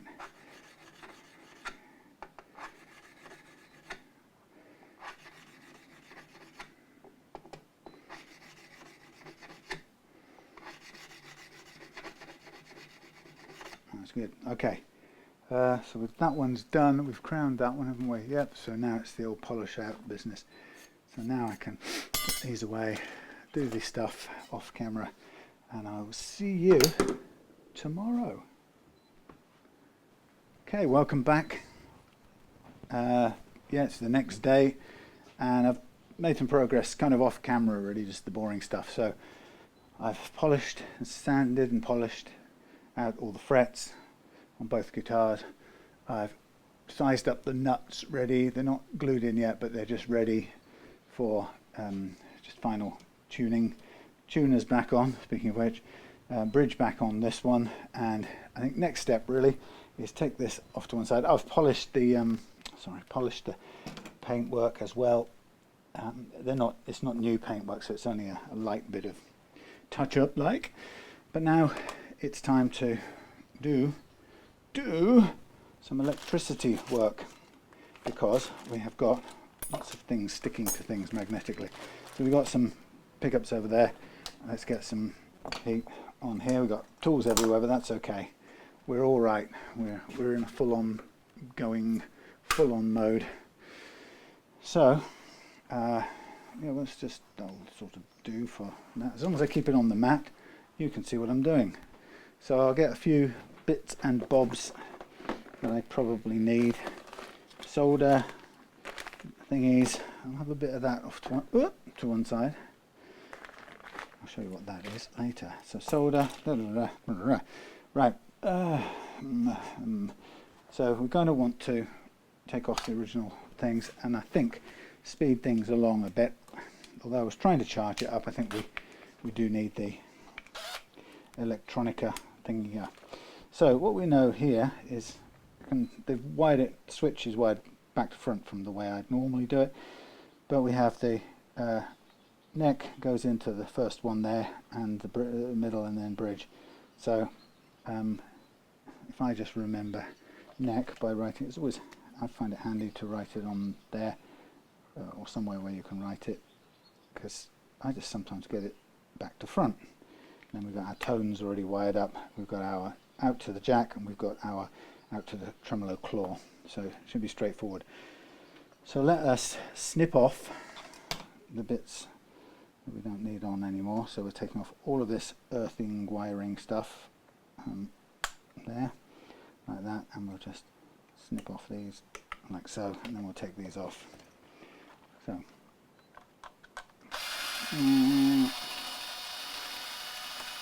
so we're swapping out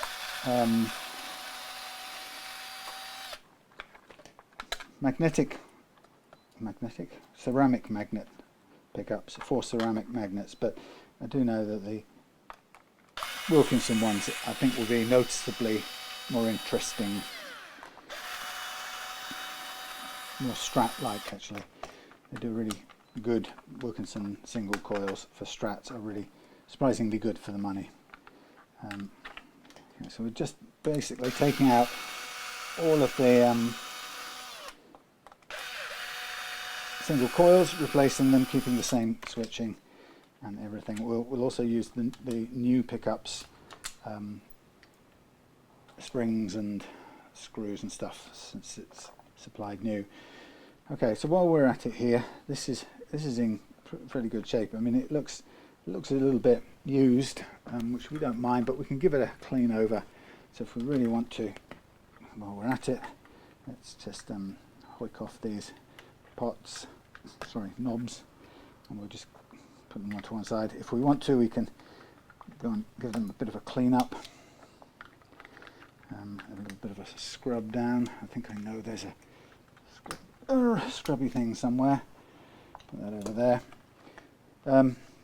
So I'll get a bit of cloth and then get some that stuff, which is called Coleman's, which I got 2 new litres delivered in. So I had come right down to the edge with not having any fresh Coleman's. So it's never a nice place to run out of, well, never a nice thing to run out of Coleman's, because it's the all-purpose cleaner and solvent for getting rid of historic grime and stuff. So we're just going round the base of the pots, so it's a little bit cleaner than it was. We're not too worried about the inside, so I wouldn't spend time cleaning that, but the outside could do with looking a bit fresher. Okay, so we'll stick that off to one side. Now, the simplest thing to do now is to fit the new, well, the best thing to do is fit the new pickups. Now we've got what's called, no, we've got an HSH cavity cut in the body, so we've got quite a lot of room to play with, so things don't have to be over precious with space. Oh, very nicely, we are not given any indicator of which is the neck, which is the bridge, and which is anything else. Groovy. I'm going to have to guess this. That's not so clever. There's actually no markings. Oh, that's interesting. These aren't Wilkinson M series. These are the proper Wilkinsons. Well, that's good. So we've got a red, white and yellow cabling. It would just be cool if one of these said middle. Oh, okay, no markings. No markings at all. Fandabulous. Oh, come on, this is not... Why Wilkinson? So, do we remember, there's no paperwork that comes with them individually, so we have to figure out which is which. So, I'm going to try and find the hottest one, which I will call the bridge, and then we'll try and find out the opposites to that for the middle, because we want, the middle should be a hum, reverse wound to provide us with some hum cancelling. So always a good thing to do when you're wiring up new stuff is to get your meter out and check the pickup works. So, and that's going to make me look silly because it's going to make them all the same. Right, 525. Okay, 525. What's this one?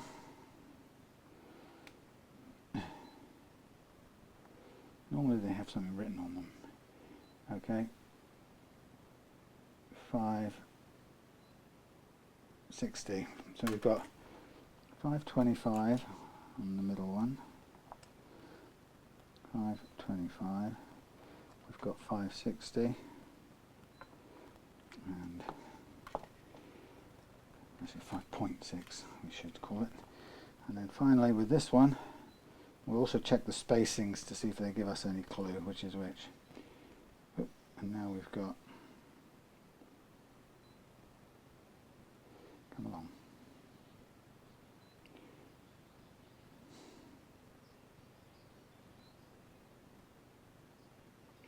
$560. So we've got two at 560 and one at 525. which you kind of would imagine would possibly be the neck one, but we just don't know now. So let's find out the spacings. So if we were right and the neck one was the lowest output one, we've got ourselves a spacing of, sorry about the view at the moment, it's probably no good, spacing of 50. We've got ourselves here a spacing of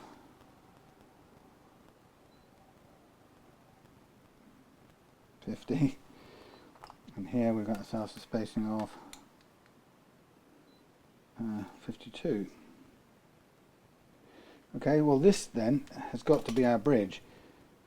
Yeah, okay, 560 is our bridge, judging by the spacing. So let's just, didn't we get any? We did. Sorry about this. I'm going to zoom out a little bit so you can sort of keep a track on the messing about. Right, so at least we know which is our bridge. So we'll get a couple of springs and a couple of thingies, and we'll stick the bridge in, which is the yellow wired one. So we're kind of confident that that's our bridge pickup. So little hint here, when you're handling pickups, you've got to handle them, despite the fact that it's actually not that easy to handle them, you've got to handle them very gently, carefully. Because it's actually quite easy to throw the springs on the floor. It's quite easy to break the little wire, or it can be quite easy to break the little wires coming out of the pickup, which you just don't want to do, because that's death to pickups. Okay, so we've got now our bridge pickup.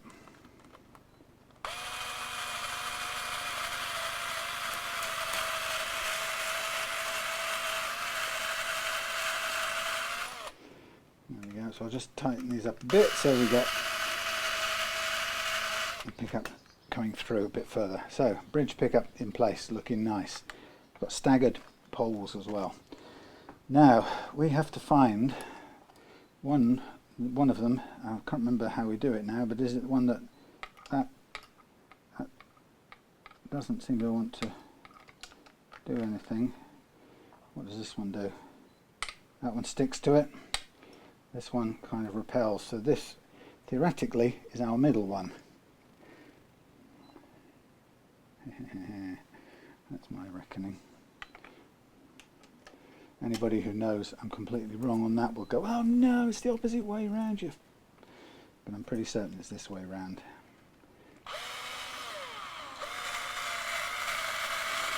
So for the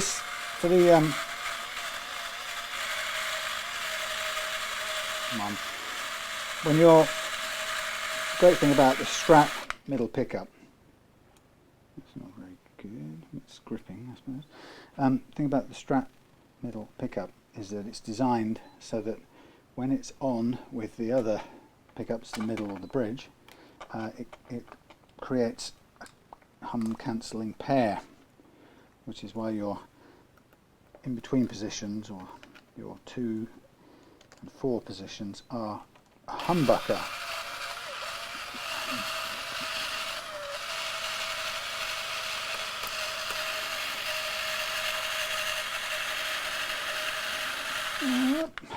Okay, so there's our 2, and here's our 5, 2, 5, which sort of makes sense, is the neck one.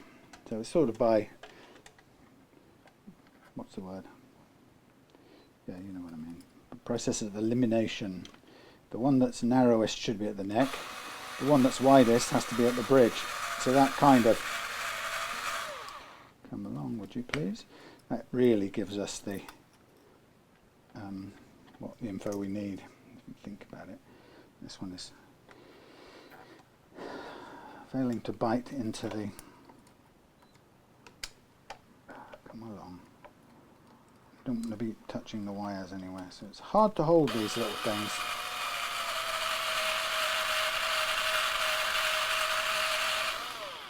It's refusing to do it.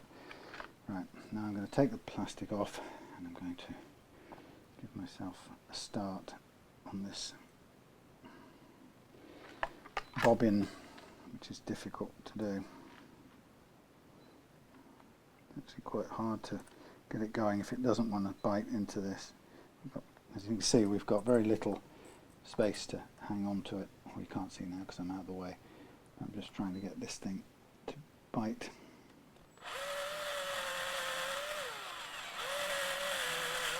It doesn't want to do it. It is refusing, so I'm now going to have to widen this hole a bit to get it to start. Problem is, if we widen it too much, it's not going to go through when hold when we need it to.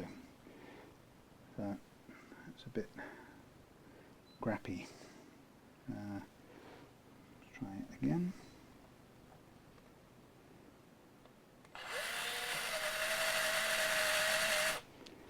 Right, that's through. I'm going to just run it through a bit and out. So now we've got cleared a bit of room and a start point, and let's now go round to the other side and try and get this one. I might even do a little helping hand here too.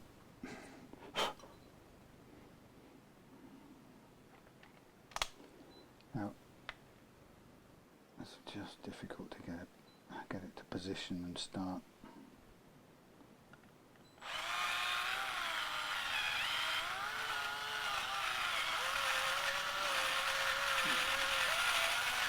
You see how it just doesn't want to get stuck into this blasted hole. And as I said, we're trying to get it to go in from some distance out, which just isn't very. There we go.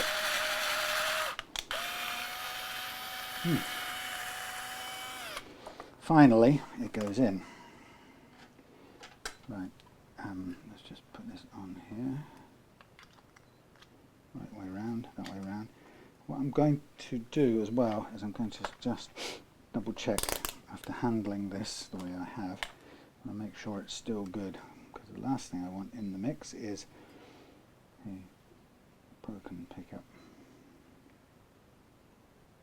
Good. Okay. Always look on. Make sure that your pickup is working. There's never too many times to test it while you're installing pickups, because the worst thing is to get everything fitted only to discover later that one of the pickups isn't working, because you can distrust everything else in the whole mix except for the pickup, I find, and you it can lead you to rewire the whole system multiple times, and then you come and test the pickup and discover that it's no longer working. Right, so as we are in this position now, it's time to, let's see if we can just tidy up the wires a bit. So we've got, on our guitar, we've got a wide central thingy going down here, so we know that red is the neck in this case. We know that white is the middle, so let's just cable tie these two together first, so we can hopefully just sort of keep them in some sort of order together like that. It just helps to keep things tidy. And then we're going to cut off the extra bit, and then we look at our thing. It comes into a humbucker shape down here, so we've got quite a lot of room, and what I'm going to do is bring up the wires above the pickup. That's just getting stuck. So typically when you put on a new set of these pickups, you've got lots of extra wire that you don't really need. Some people try to keep the original wire as long as it is, because they think, well, the next owner might want to do something with the pickups and reuse them, in which case it's sort of nice to have the original full length of wire on them. But in a case like this, we don't want a ton of extra wire, because these really are never going to go on anything that's longer, any longer journey of wiring than a single coil, which is what we're using them for here. So what I'm also doing is I'm putting an extra one on here to lock these together and kind of squish down the grouping of strings. Like so, and we are over here. Now, what we know is we've got 3 colours, white, thingy and thingy. Let's get them close to each other. Okay, here's our 3 colours, and we know that we want them basically to go from there to there neatly, so we can pretty much cut them there, there and there. So we get rid of some extra, and we know our blacks are all going to get wound together, and they're going to go on the top of the pot, so we're going to cut all of that off as well. So we've immediately thinned down the amount of wiring floating about inside that cavity. So that helps to make sure that it doesn't get, we don't build up a whole load of unnecessary wiring in there, which then becomes a mess. So what we do have to do at that point is to take a blade, and we're going to have to just strip back all of these wires to give a little bit of bare wire. And I tend to do that with my bare hands, and I've never been any good at using those wire strippers, so I tend to do it manually. So we're going to replace the jack with a decent one here, and I'm going to fix it into the kind of whatever that thing's receptacle that it sits in with some low strength Loctite stuff, thread lock stuff, just so that it stops it spinning around again. So you can see, if I can keep the colours out of the way for a minute, I get all the black wires together. Actually, one's a bit longer or shorter than the others. It's longer, shorter. That's right. I'm going to tie them all together, twist them all together, and then what I will do is, with that leaning over there, I'll get a hand on some solder, and I'm going to load up this bundle of wires here with, get them all together in a lump, but also put a big blob of solder on it, so that when the time is right I can just cut back this excess, which I don't need, but I can then attach this to their top of the pot, which will then be the common grounds for all of the pickups taken care of. So I'm just going to sort of hold that down on there, get heat into the pot top, and when it's fully heated up, hold it down with pliers, and the job's a good un. Now, what did we say? Oh yeah, we said red neck was down here on the end. We'll take them out one by one. I'm just going to twist these. I could tin them as well, I suppose. That would probably help.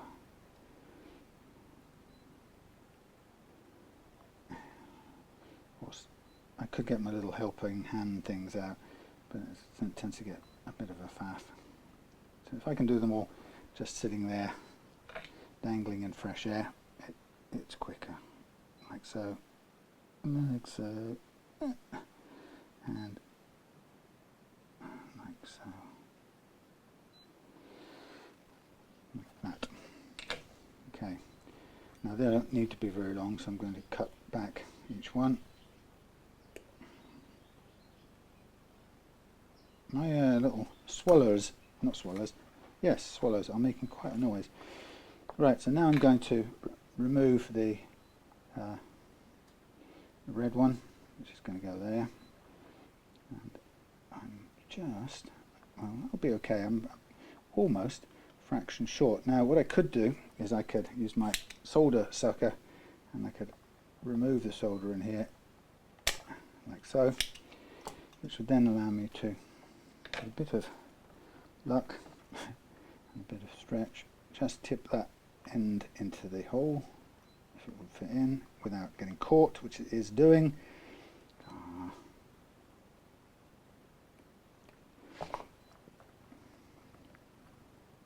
Like so. Right, thank you.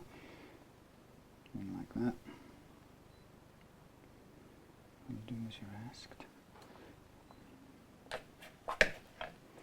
And then heat up the lug and seal it in. Plenty of solder. Okay, so that's the neck. It's quite taut, but that's okay. Oops, I pulled the thingy off the other one, the cover, the sheathing.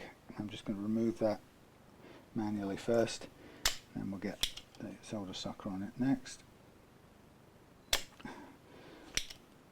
Except it doesn't want to work sometimes. There we go. Let's take that one off as well.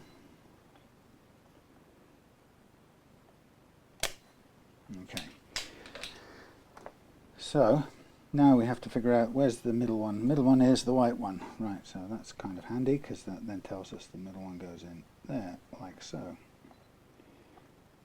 And now I can't really get it to stay sideways without a bit of helping tools.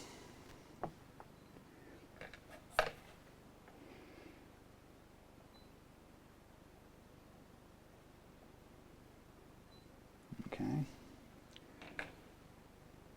Middle one done. And now we have the bridge one, which is the yellow one, which I can see is quite right. And everything else is going to be the same as before.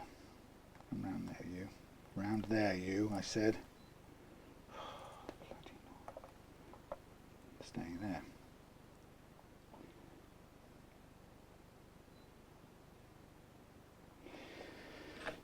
All right, so those are the new pickups wired up. Let's double check things. We've got our output here.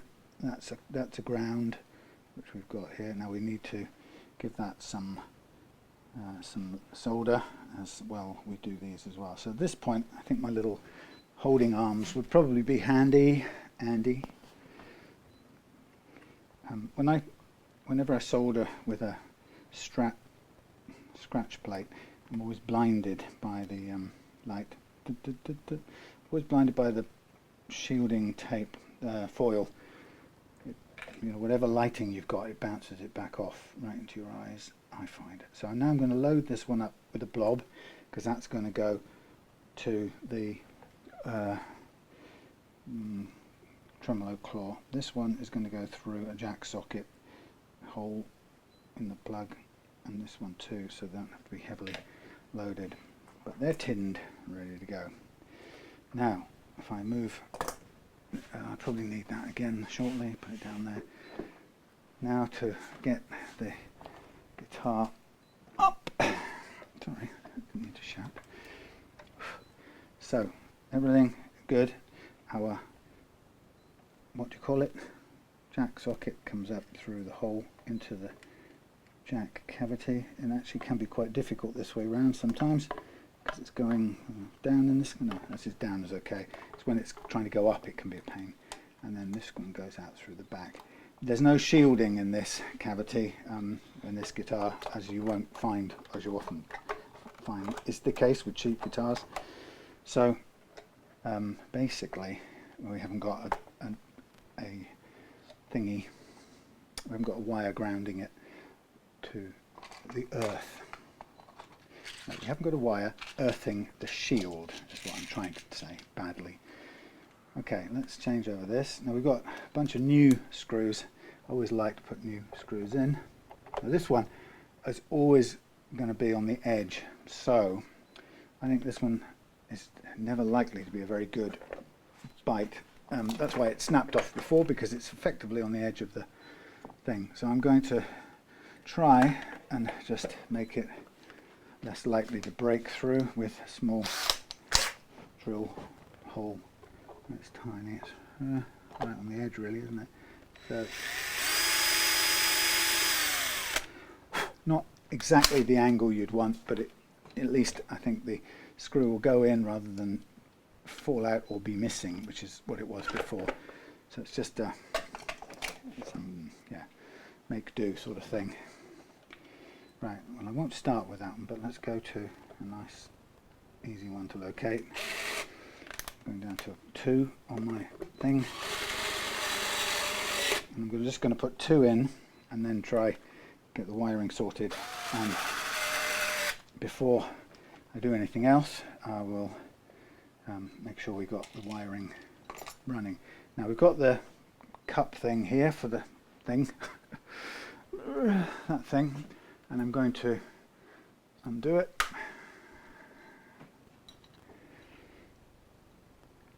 Yep, that's okay. I'm just going to bin this, there's no point keeping it. I'm going to fit a new one, a quality Nutric standard one, which is a much better quality. It's my gift to you.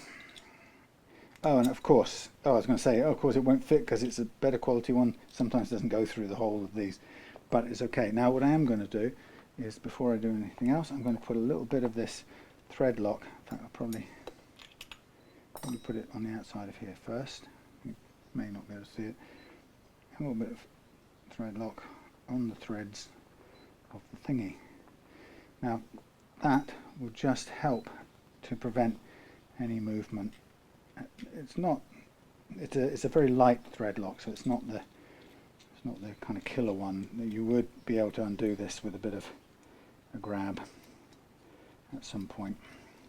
So putting the thing on, the hot lug arm thing should be facing downwards when you do these up, and I'm going to do it up with this pliers, this pair of pliers here. I might have I'm not sure if I've got a socket that would go in there. No, I do have. So I'm really going to do this. I'm just going to put quite a bit of force into it like that, and then the Loctite will do the rest. Thread lock, I should say. Thread lock holiday. Okay, so next bit, if we zoom out a bit now, we come to wire up the thing, this jack, and the good thing about that is, well, you're hoping at this point that everything's going to work nicely. We don't have a lot of room here, so I think we're going to have to first of all wiggle things around until we can get a fix on where we're going to go. So the first one is going to go right in like that. So we will use a leaning over helpy arm like that and try and make sure everything pulls through to where we want it, which isn't quite yet. So I'll start with that. Actually, have we got enough room to get round? We may struggle. Hold on. Yeah. Well, you want to go round there, in there. So that's the problem. Having cut this back, it was short before, so this time we're on a bit of a stretch. So what I'm going to do is I'm going to feed these things through first, and I'm going to just start by attaching the hot one first. Make sure it's on.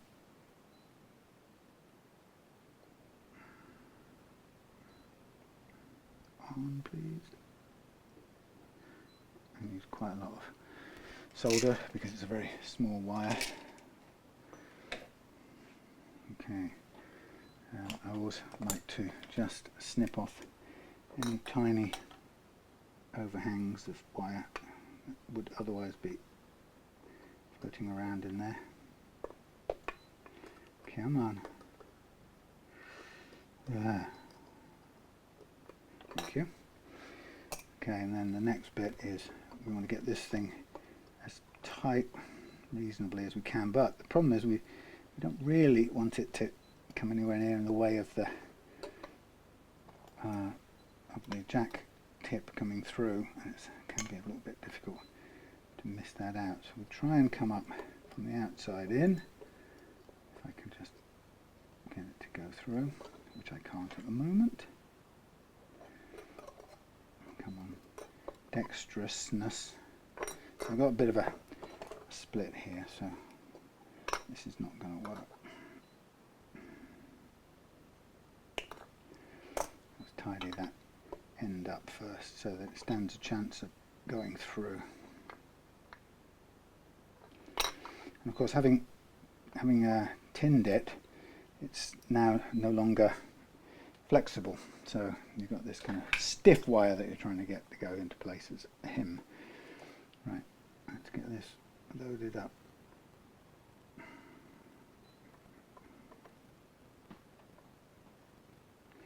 Okay, well and truly held. Remove the excess. Now, because strats are simple, I'm trusting that this will be a simple case of I can now lock it off, shut this jack socket in its little place.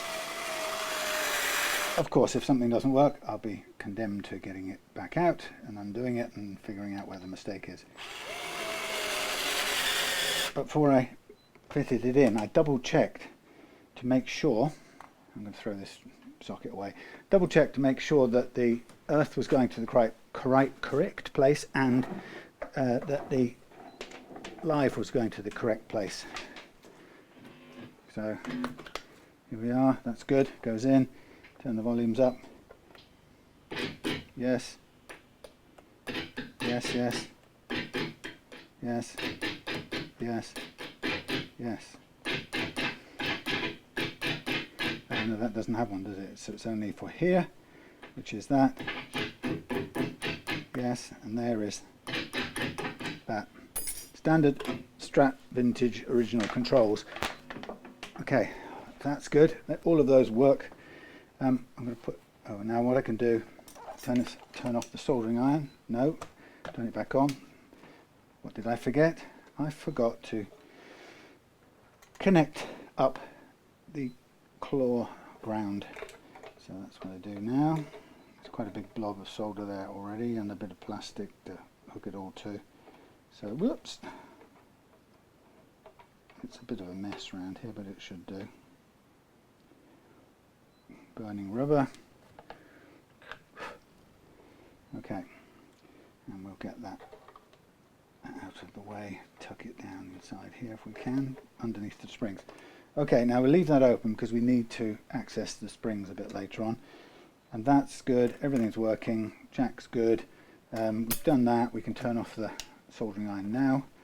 And the next thing we want to do is give these pots a quick wash. Now somewhere in my cabinet, Dr. Caligari, there was, where did I think it was? Why, here it is, a very naff thing. I'm going to take you with me. You come with me. What a lovely sunshiny day. I don't know what I'm placing you on. You're sort of standing on a very... No, that isn't going to work, is it? Shall we put you... Let's put you for a moment onto the kettle. Let's just stand you there and you can sort of look down at whatever's going on. So what I'm going to do is I'm just going to do a little bit of a quick clean in yesterday's water, telling yesterday's lies. Okay, so basically just a quick degrime with my soft thingy, brushy thing. So it's not really that mucky, but we'll give it a little clean up, a little freshen up. Since we've cleaned up all the other surfaces on the guitar, including underneath the tuners and the tuners themselves, and every bit of the bridge, so it's all dust free and grime free. So there we go. I mean, it's not the biggest wash anything's ever had, but in the lovely afternoon sunlight of this August, can you believe it? August already. This August evening, beautiful. Anyway, so I think I'm hoping tomorrow that me and the Misserers will throw caution to the winds and we might go for a zoom down to Falmouth for a few hours and just to get a look at the old long ships, tall ships, not the long ships, that would be the Vikings invading, the tall ships, just to be where we seem to like to be, which is near the water. I know it'll make me hanker for sailing, and I don't know, maybe should I take our drop stitch canoe. It's been out once in its entire life so far. Just how things go, isn't it? If we take that down, I don't know, I had a feeling that at the end of the day, wouldn't it be nice to go offshore off the beach at Falmouth for a bit, or even off one of the quays, you know, the pier thingies, and poodle around the harbour.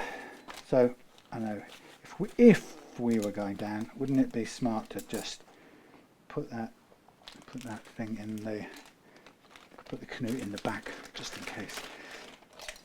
Right, all of the spare pickups are going in this one bag, and John can have them back because they're not something I would use, even if he didn't want them.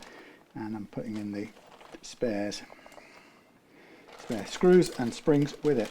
So that goes with that. These can go out of the way. These can go in the bin, and so we're now at the stage where it's time to restring the guitar, and my bag's got an hole in it. Yeah, restring the guitar, I think, and after that stretch out the strings. But I think we can now put on the fresh these screws, pick guard screws as they're normally known. When you're putting in pick guard screws, my advice to you, dear friend, is to hold them. If you're using an electric screwdriver, hold them until they've started going quite a way in. Otherwise you can slip off. It's all too easy for the screw to fall sideways, and then your screwdriver will slam into the finish of the guitar. There you go, that's actually biting. I've had that happen too many times in the past, so now I learned the hard way. So pretty much everything on this guitar now has been done, and we're in the mood to get it set up. Now I know that, as I mentioned before, it's entirely possible on both guitars that the bridge components have moved, and so the original setup isn't there. But it's actually pretty easy to redial in. So I've come away from the soldering place. Ignore all the mess on here because this is a definite working and progressing type of thing. Yeah, so we can get it all together now in a pretty simple process, and then all we have to do is tune up the action to where we want it, and because we've leveled it for the right action, it will drop back into position without any protest, which is always great. So what I'm going to do before we do anything with strings is I'm going to put on some oil on the fretboard, which I'll do the same on the SG in a minute as well. So some fresh oil to darken the fretboard.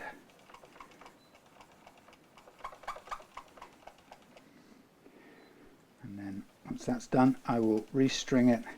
I'll finalize the nut just to make sure everything sits. My concern is that this one might be fractionally low. That, if you remember on the earlier part of the video, I said I thought the slot on this guitar was a bit too high for standard replacement nuts, which is a bit worrying because it means you really have to, no choice but to make a custom one. So I've had to add a little bit to the width of this nut already because it's not wide enough. So the neck there is wider than a standard Strat. That's the first thing I can say about it. So you can see it sort of will come out if I want it to. But the idea is I'm going to test it for its action in a minute with the strings, and then we'll make any adjustments that we have to. So we're going 9s on this one. And we'll also set the tremolo to down only. So I've dialed out the tremolo claw screws quite a bit, so they're no longer pulling as hard as they were on the tremolo. So let me just hold this up, thread all the strings through.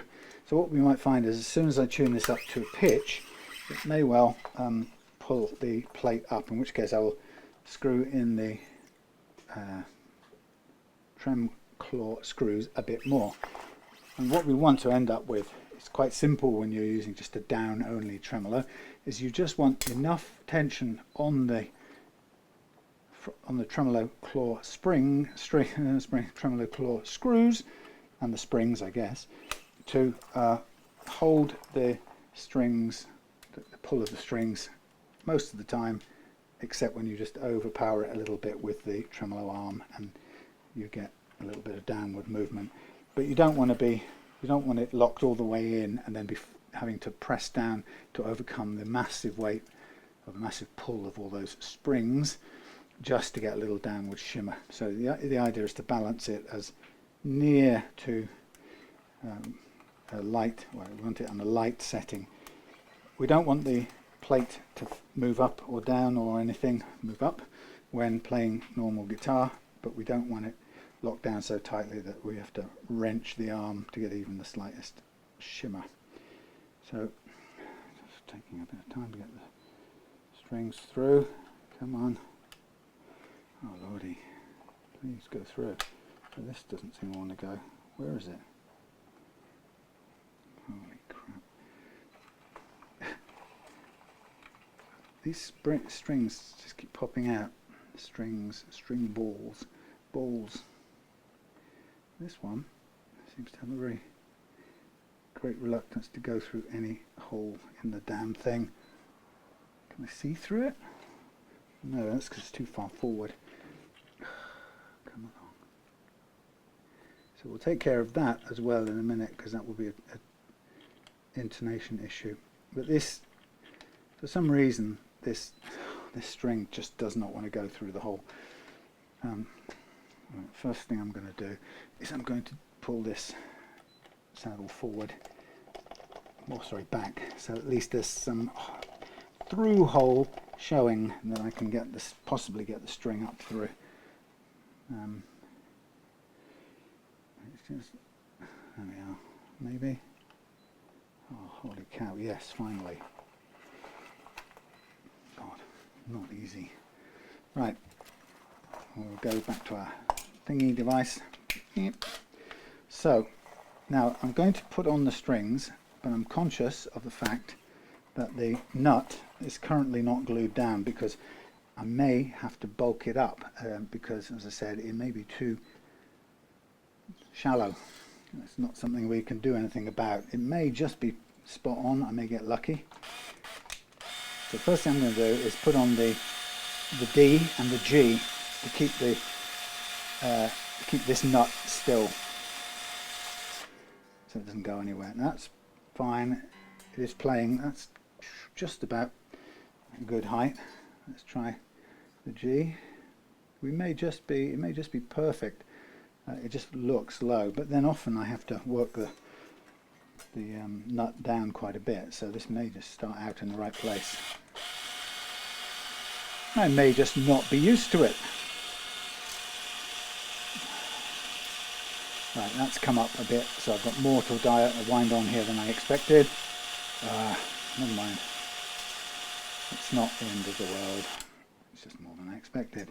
What happened was the ball caught in the tremolo block down here, and it then popped through at the last minute. It's actually, if it's a bit tight like it seems to be, then it doesn't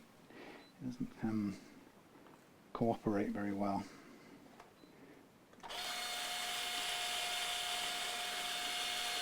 So, the important thing about stringing is we want to use a method that puts a relatively small amount of coils onto the, I'll show you how I do it on the bigger strings in a minute, but a small amount of coils onto the posts as possible, but not too few. So I have a standard way that tends to put about 2 loops onto each one.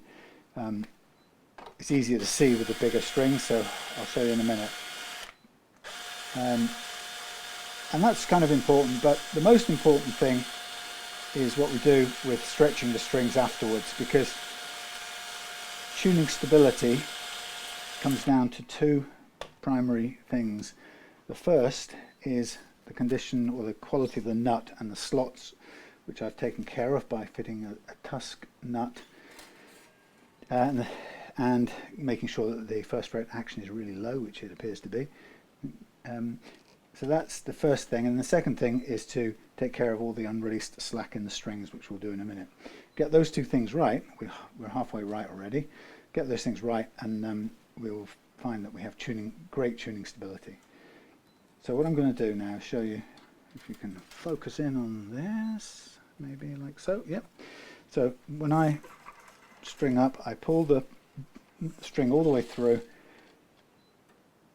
flat like that in the slot, holding onto it with my left hand, and then I kind of come forward and grab the string at the first fret and pull it back 1 fret, and I start winding it, holding the string taut. This bit's got to be taut, and I'm guiding it to begin with over the loose bit. That's why I lifted it up, and I'm still keeping it taut, and I make sure it goes over the loose bit, and as it comes round, the loose bit comes round, I'm holding this held piece taut still. I hoik the loose bit up in the air and direct the held bit underneath the loose bit, which puts it in a sort of lock, which is great. Now, as we'll do it again with the bottom E, and here we go.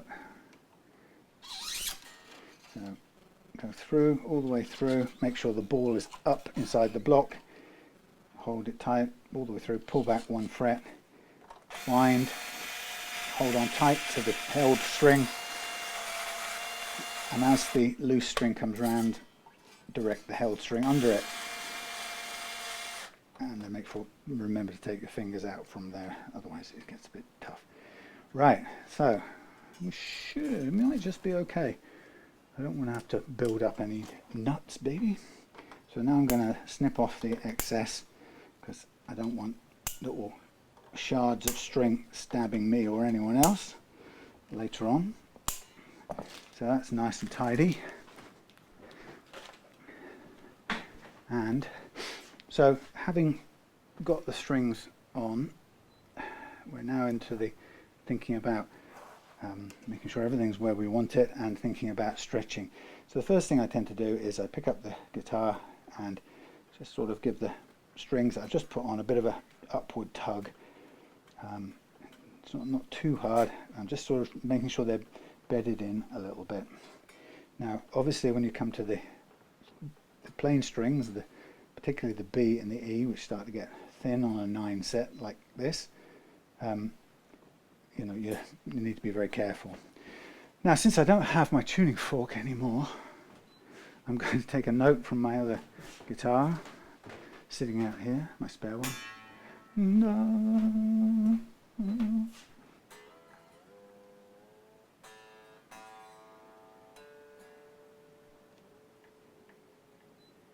Alright, now straight away I can hear the note detuning, so what I know is that the bridge is pulling up.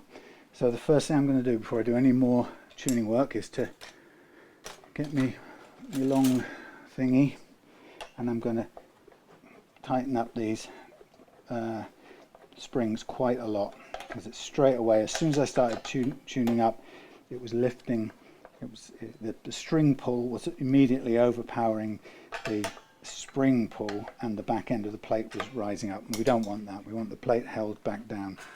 So I'm going to go and find out if I'm anywhere near the right note. I could put a tuner on it, I know, but I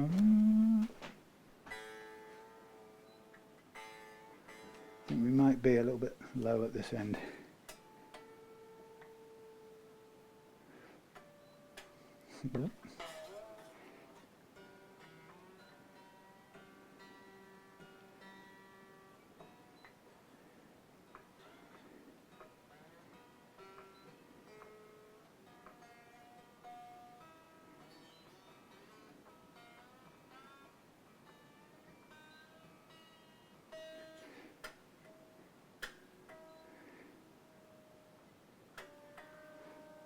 I can hear them.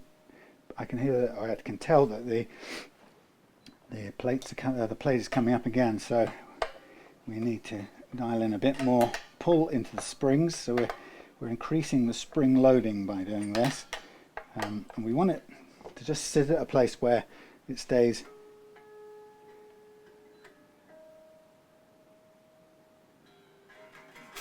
we can get everything in tune without the plate coming up. Now if we pull it, we can probably see it's going to come up at the back a little bit.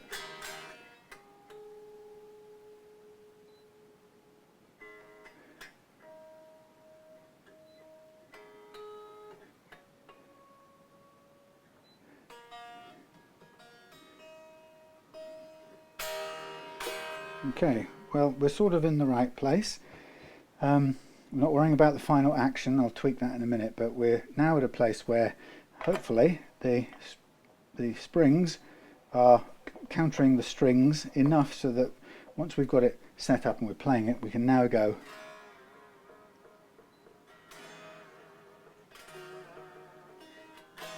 yep, we can get a little tremolo action without without having to press too hard. That's the main thing. So I think we're about there with the springs versus the string pull when we're at tune to pitch. But we still have to do the business of stretching out the strings. So I suggest that you get them between thumb and forefinger and push. And I've got cuts all over my thumb and fingers at the moment, so it hurts a bit. But this is a good way to get rid of the slack.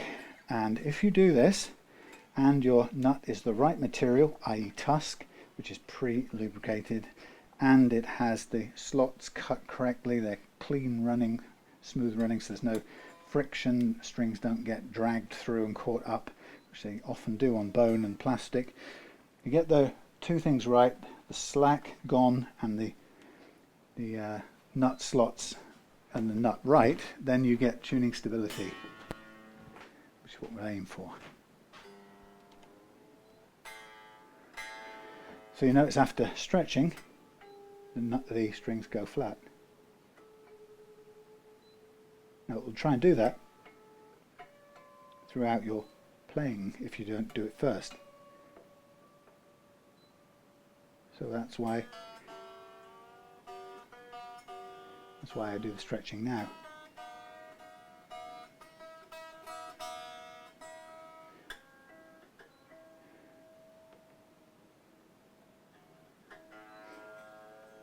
Okay. Sounding good, feeling good. Do another stretch down here. Then what I'll do is recheck the playing action. I'll check the first fret action is very, very low.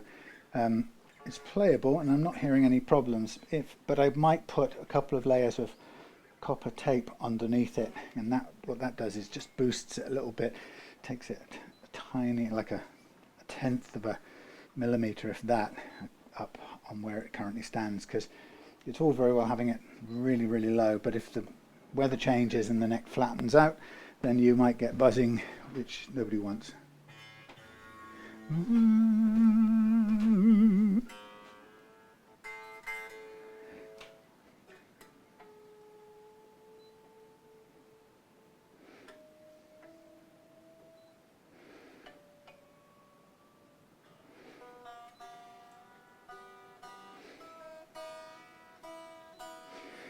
So what you want to do is you want to stretch the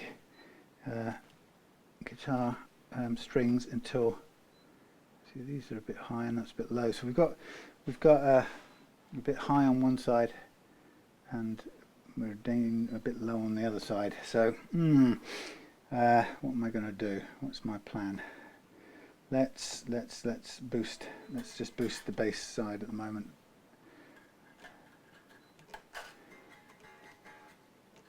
So I'm just going to, well, in fact what I might do is I might do two things. I might just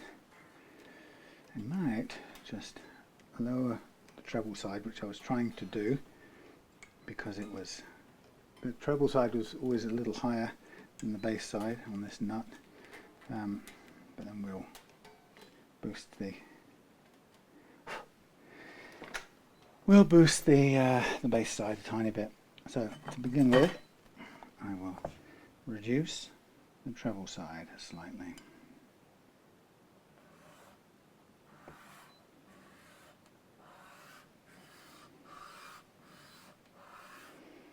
So I'm just trying to reduce this down without taking too much more off the bass side, if I can avoid it.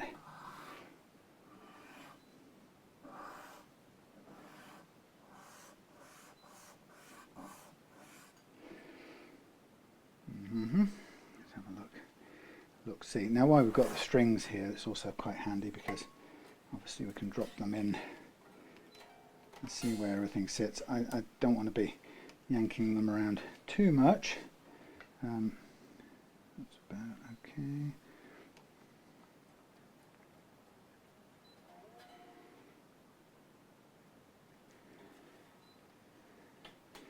A little bit more. I think we definitely need a bit of a boost on the bass side and down on the treble side still a little bit.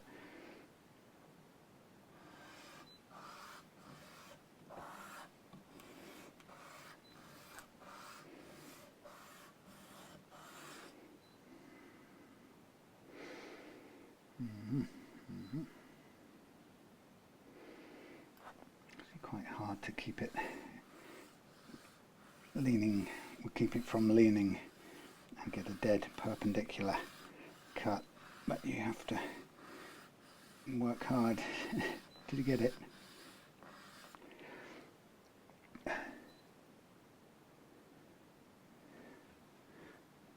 Oh great, my little end piece that I made came off.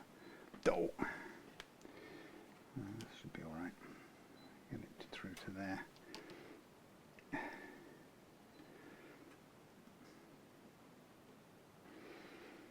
Okay, so I think what I'm going to do, because we could be here all night, I'm going to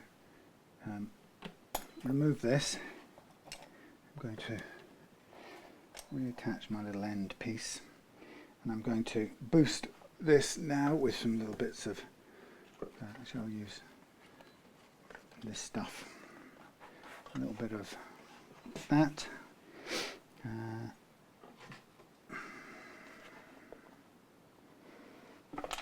The little end piece I glued on was just to keep the, it was a little bit short, so I just wanted that little bit of extra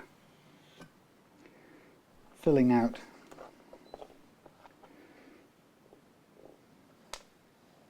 So look, which is the bit that goes on where? That bit.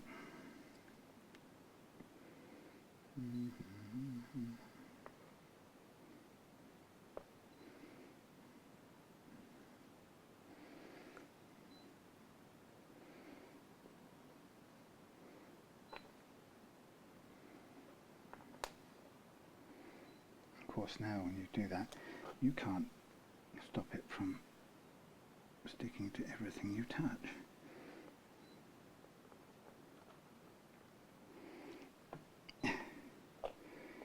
Like that. Okay, there's a bit of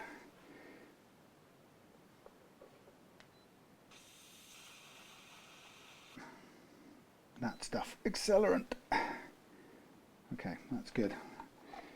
Now I'm going to fit me little strips of this, and what I'm going to do is, once that's fitted, I'm going to replace it, and then if we've got any high ones on the treble side, I think we need to take care of them with the nut files. I was kind of hoping we wouldn't have to, because it's time consuming, but we'll see. I think we need about 5 or 6 pieces. So what I'm going to do is just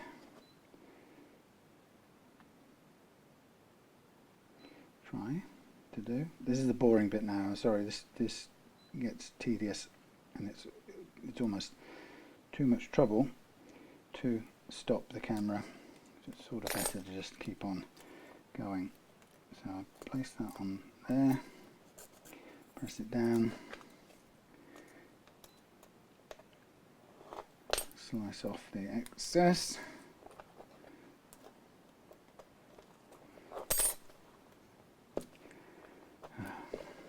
Such a fiddly little thing to work with as well, so it's quite difficult to get it to do what you want. But it's a good way. I found this is a very good way of getting a sort of 1/10 of a mil lift that you might need just to make something fit perfectly.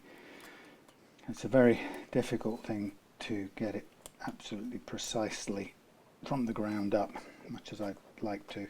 And this one didn't work because the slot here is deeper than most normal Strat slots, and that's a kind of function of it being a budget Strat made in some far off factory where they do things differently, which is okay.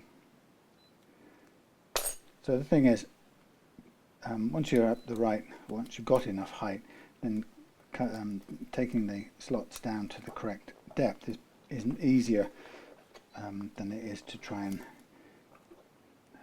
get it in one go from the bottom up, particularly when you've had to do boosting of it like this. So anyway, so let's have two more and we'll go for refitting. And what I'll do is once I refit it, I'll glue it, because then I will just work down with the nut slots.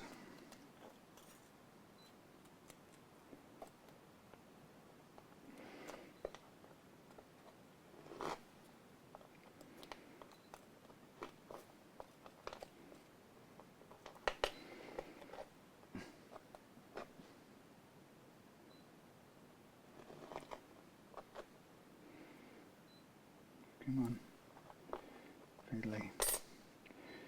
And one more. Right.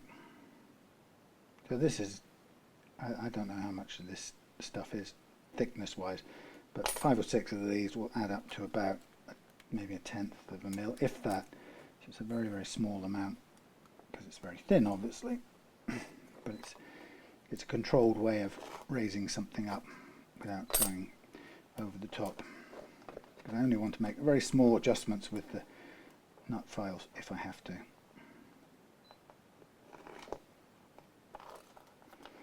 Right, I think that will do me. So that's me bits left over. Chuck them in the bin.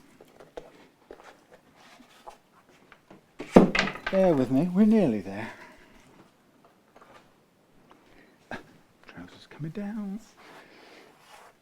Right, so what I'm going to do now is put a tiny bit of glue in there.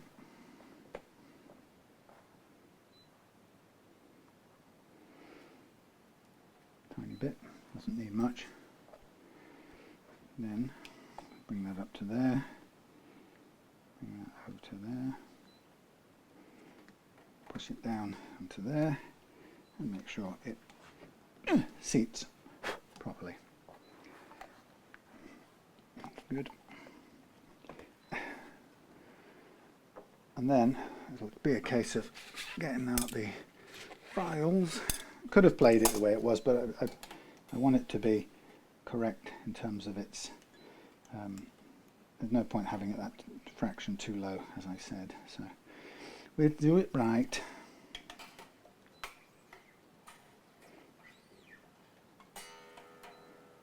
Okay.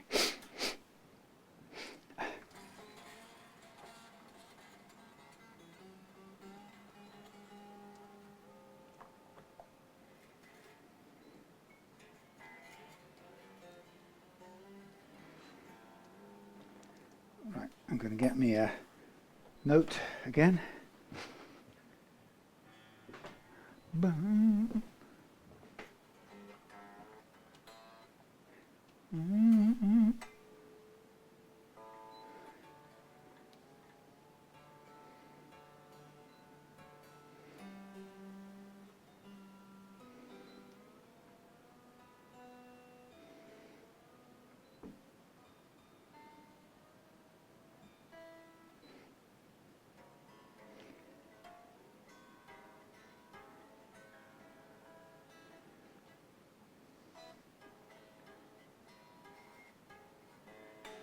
Right, those are, excuse me, the bass side is fine, the treble side is a fraction higher than I would like, so what I'm going to do now is just tweak the bass side and we should be fine.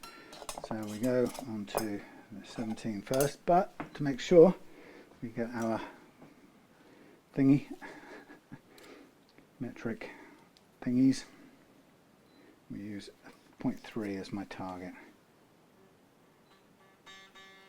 not far off, but I want to get it right. So get the correct size of it.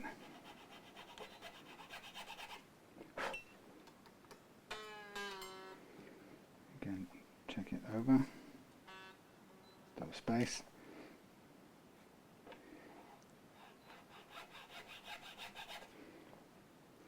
Lost my little, there it is, little brush.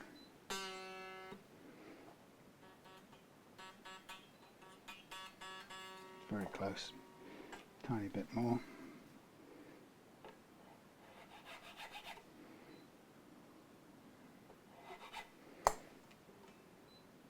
That's looking good. Then we do the beat.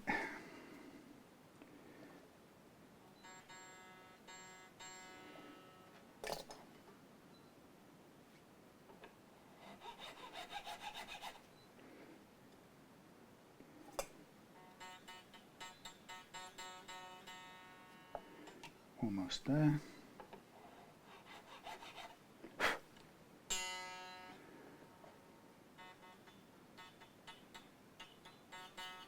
Good. Close enough. And finally, high E.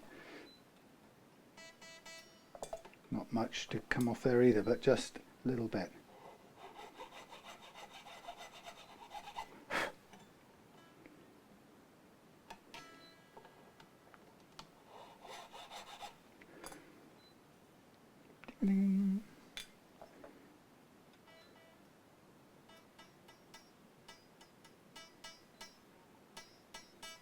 Just on the mark, and everything else is good.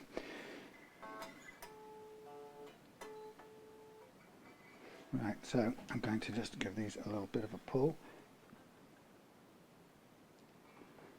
Okay, that's fine. Right, what I'm going to do is I'm going to get one more tuning, one more stretch, and then we should be alright. So after this we've got the intonation to set, and then after that close the back panel up, put these away. I might need them in a minute for the SG, hopefully not. And get a tune.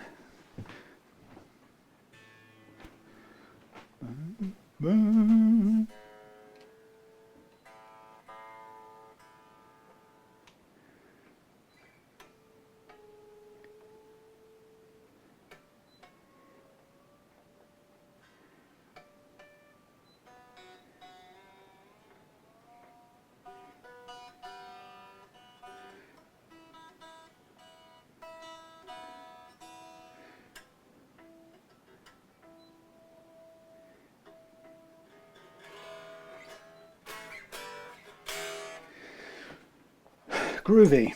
Now I just want to check the string heights and the actions, so ready to tweak those back up or down depending, because it may have moved in the meanwhile. They have, so let's tweak them.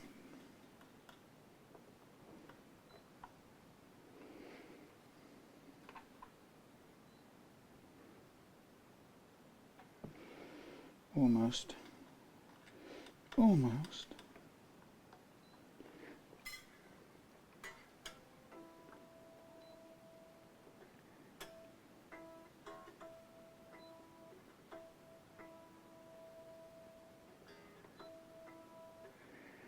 Right, let's check this one. Good. Okay. Oh, a bit low, that one.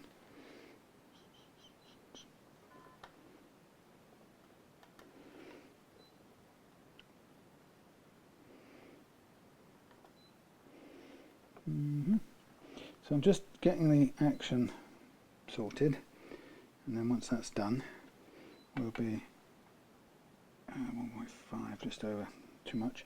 We'll be basically onto the intonation part, and then that should all be done.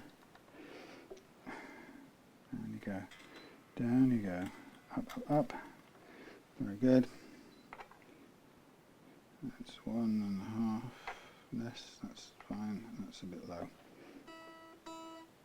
Even though it plays, it's a bit too low.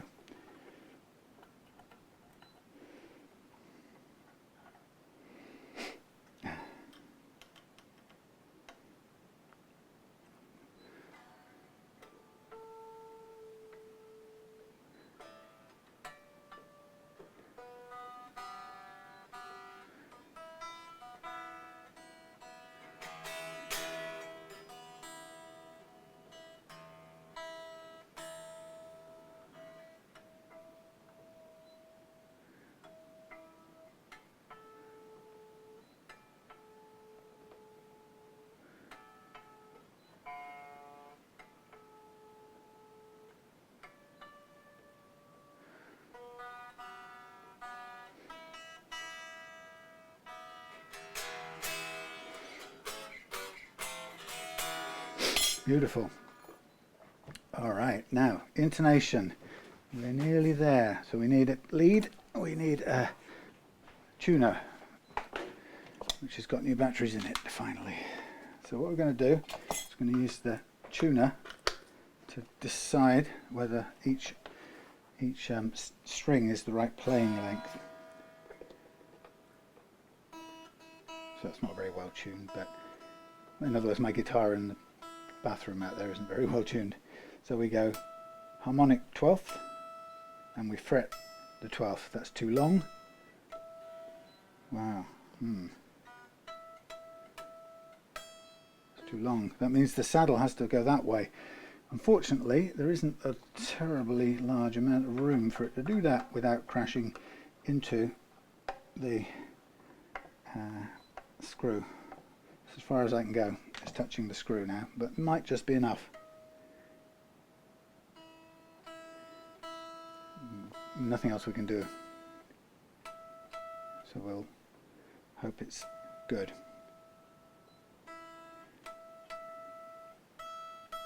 Close.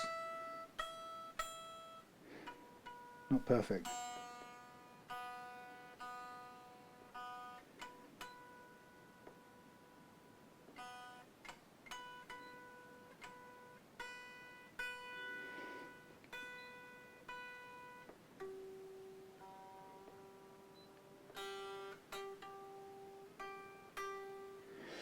Not bad.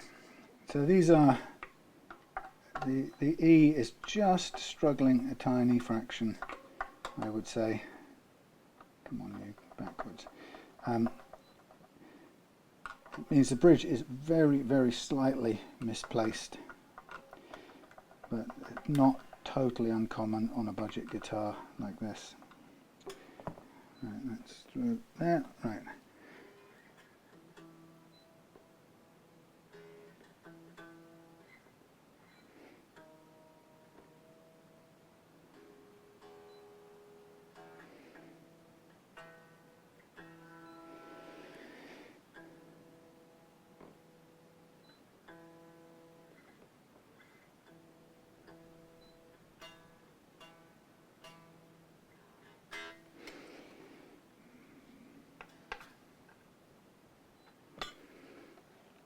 Nearly there.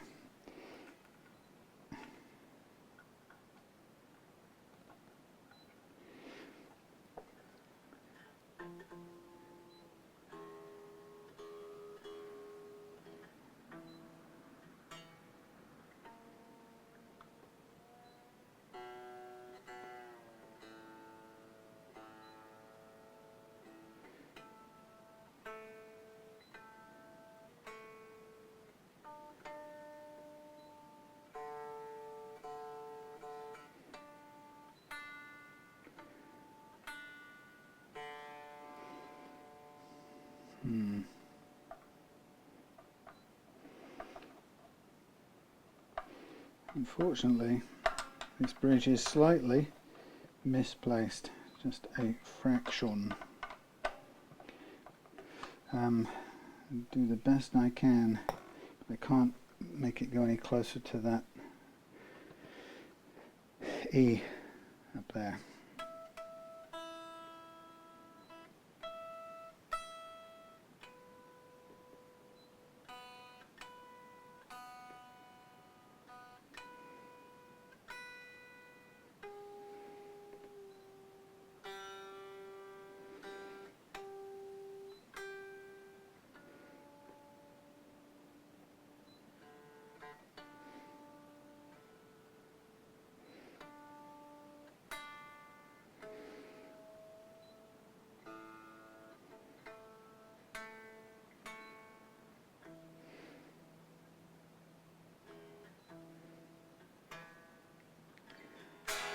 Yay! Perfectly intonated. Well, a whiff off the high E, but like I said, there is nothing we can do about that one, I'm afraid. So, there we are. That is the Strat just about done. I'm just going to put the back cover on. Now, the important thing with the Strat is obviously not to make any adjustments to the intonation and other things. You know, unless you're confident doing it. It's set up now, so it can really stay like that. Shouldn't need any other alteration, because the intonation thing is a physical distance, so we're aiming to accept the right physical length for each string, and each string has its own little different length requirement, and we find it by using the tuner the way I just did, and it's how you can tell whether the bridge is occasionally in the wrong place on budget guitars. Occasionally it's mistakenly in the wrong place on more expensive guitars.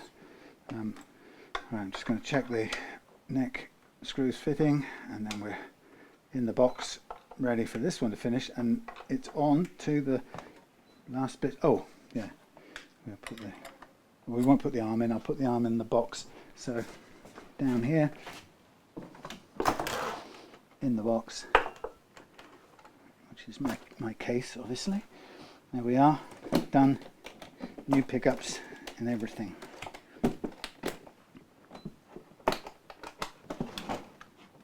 Gorgeous. Right, now we have the SG to finish. Excuse me, I'm going to blow my nose.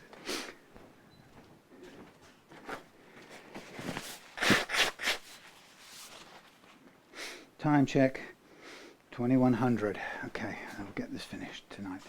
So I use these two strings. I put the tuners back on, cleaned everything up, put the knob back on here. Then I used two sacrificial strings to check the position of the strings and the nut is fine. It looks pretty good height-wise, the new Tusk nut. So hopefully with this one I won't have so much to do in the way of messing about with nuts. Although I've already had to kind of modify this one a bit off camera. It's a new one, but equally this one was too long, and then I sanded it back and it was a whiff too short, and then I put a tiny little insert on the end which made it right, and so all's good. Now, so let's just rehash. We've done the leveling, I've polished the body.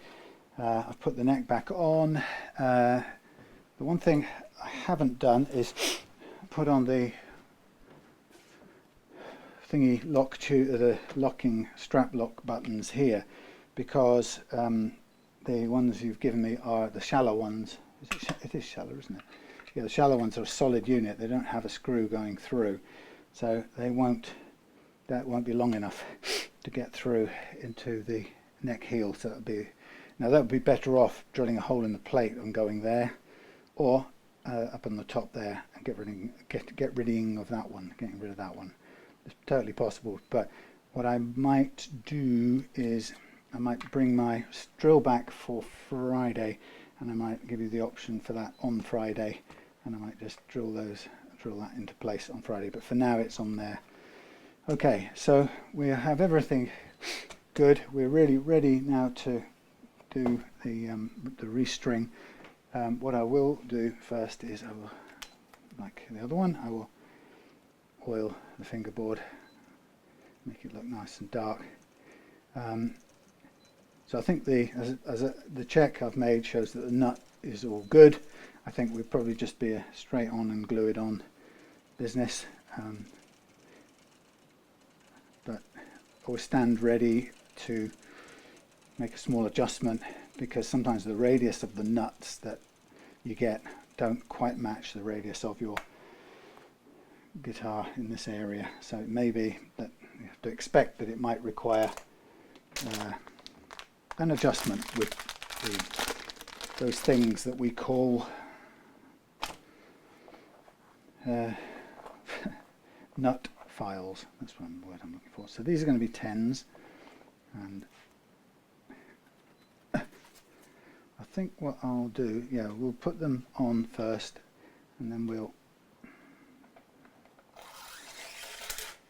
put them on, and then we'll check the nut, and then as soon as possible get the nut glued on, tacked on with a bit of glue, and that should be all good. And then we still have an intonation to do, as with the Strat, but The height adjustment is simpler in that you're moving the whole bridge up and down on one side or the other. And then the intonation is fiddlier. I can't stand tunematic bridges personally, but that's what they make them with. They tend not to want to move when you come to intonate them. It's very stiff. You've got strings on them, and they tend to, as soon as you put any string on them, it makes them harder to move, and they don't want to move, and they quite often prefer to strip the screw head on the bridge itself than to actually move the saddle into the correct position. But there you go. The joys of the tunematic bridge. Nowhere near as good as Mr. Fender's inventions. Okay, so I've got a string on here the wrong way round, which is pretty good to spot. I've got the thingy and the thingy the wrong way around. The A and the G. Sorry, the A and the D. Right. So let's begin with start with the middle ones. I don't quite know why, but I'm going to. So the D first. Obviously there's no nut on there at the moment, so first thing I'm going to do is place the nut, but it's obviously loose.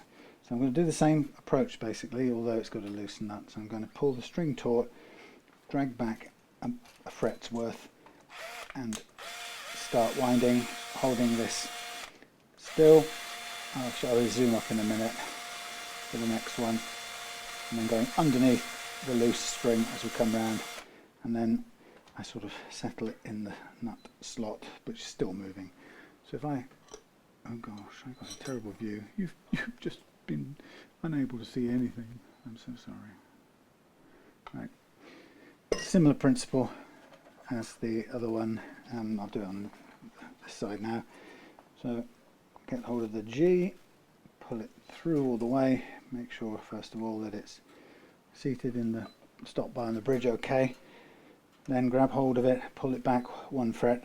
In this case I have to hold it with my thumb and switch hands, and then I wind on, holding the thumb down, allowing it loose enough, or if it doesn't go over the top of the string, lifting it up over the top and then holding this held one taut. And as the loose string comes round again, yanking up the loose string, and then be ready to press the held string down underneath and then guide it into the saddle slot, nut slot I should say, which then pulls kind of into place correctly. Now as I balance the strings up, it then sort of holds the nut in place, but it will move around, so we do need to glue it down. But I don't want to glue it until I'm sure that the slot heights are right. Now we're on the right side again, or the other side again. So hold the taut string over the loose one. Loose one goes round, and as it comes round, I hoik up the loose one and press the held one underneath the loose one. It's a nifty little way of kind of self-locking the strings without running into major issues. I've just noticed the bridge. I might take the bridge off again in a minute once we've set this up and I've finished. I'd probably take the bridge off and just clean up, give it a little polish. It's a bit grubby. I didn't do that when I did the Strat one, but I'll do that back at home off camera sort of thing, so I can get this finished. So I'll just get rid of my excess wires.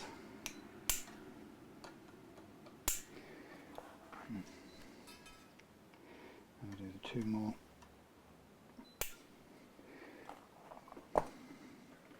And then, like I say, first thing I'll do once I got these strings on will be to check the slot heights. If we're good, then I will proceed to locking the nut down with some glue. There's a bit of backwards and forwards with this string winder thing.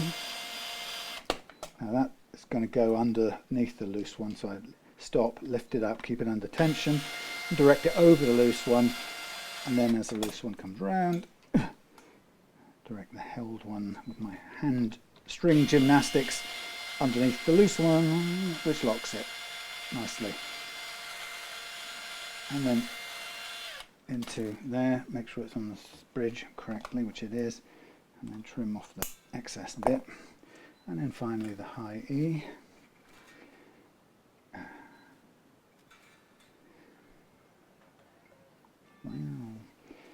Back 1 fret, hold with the thumb, wind, wind, wind, loosen, over the top, clamp down again, direct it upwards, tighten up this held one and send it underneath.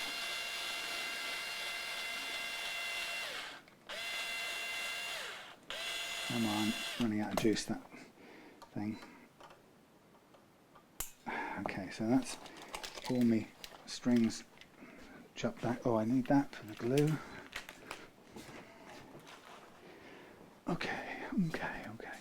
So let's have a quick look how the string actions look. It might be that we're into a straight groovy drop in. I think we almost are. That'll be a pleasant surprise, won't it? 0.3. I think that's as good as. So before I go any further, there's a little click on that low E tuner. It may not be in the best of shapes. But I'm going to take off the strings before I get into the stretching business again, which we'll need to do. But before that happens, I'm going to unwind everything and glue in the nut. The glue is a bit of an extreme word. I think it's more of just dab a spot of glue to get it into place. Where are we gone? Zoom out. Something like that. Okay, so I'm going to do this just on the base of the nut. Just 2 little tabs of glue, really. I'm going to hold these out of the way, and I'm just going to place it down and feel it into place with my fingers. And then, to be sure, I can hold it there, but lift up different strings into place, particularly the G and the D, and then I can tighten up those.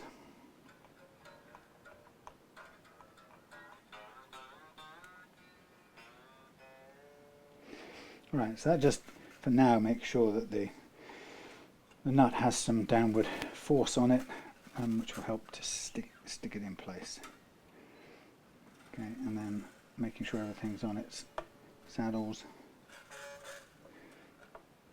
Now, having taken every time you take the strings off or undo them, as I just did there, you kind of build back a bit of slack back onto the posts. So if you ever do slack them off, you might need a little bit of conscious string stretching again afterwards, which I'm going to just, I really didn't stretch them out anyway to begin with, so this is now the first stretch, just to make sure everything's bedded down. And then obviously be careful with the B and the E, although these are 10s, so they should have a bit more strength. So now I'm going to get a note. I'll just start with a note off the guitar for a minute.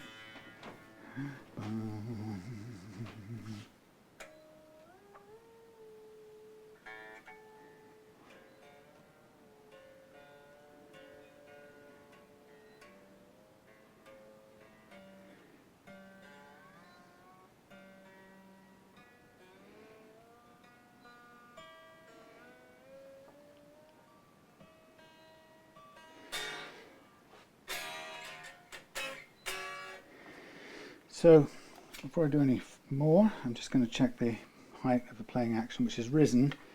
It's higher than it was, so now I'm going to take it down again. It doesn't need to be that high. And we'll just tweak it into place. Obviously we've lost the tuning now, which we'll need to regain, which is fine. Can't see.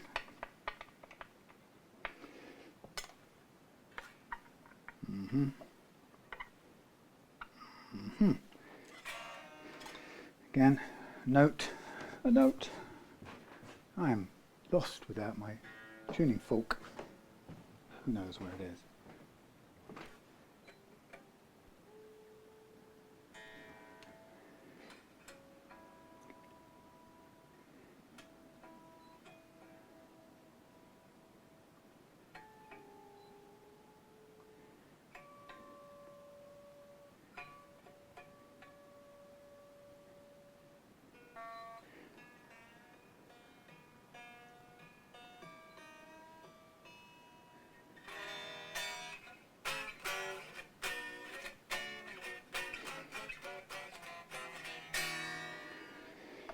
Right, lovely, but we need to stretch now again, so more stretching, thumb and forefinger stretching, that's as far out as it can go, thumb and forefinger stretching, and the aim now is to detune it a few times until it stops detuning. Temperature has stayed constant at 23 degrees in here since I came in few hours ago. And it's amazing how this workshop works regarding insulation. Once my body heats in here, it sort of keeps it at whatever the temperature was when I came in. It doesn't seem to drop. Let's just tune it up now with this, because it'll get exhausting otherwise.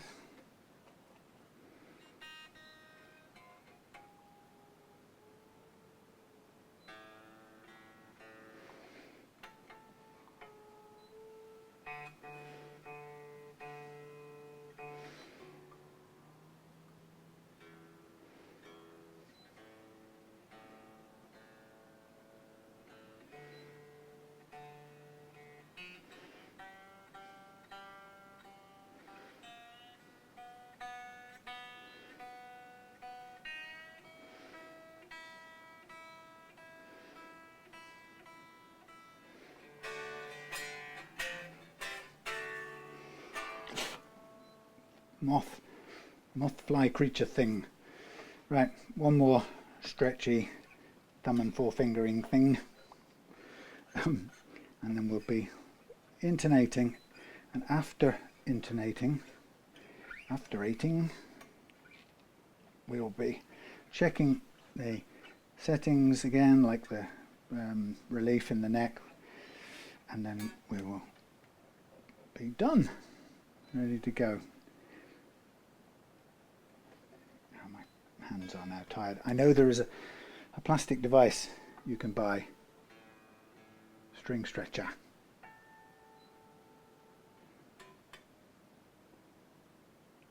But I don't like it.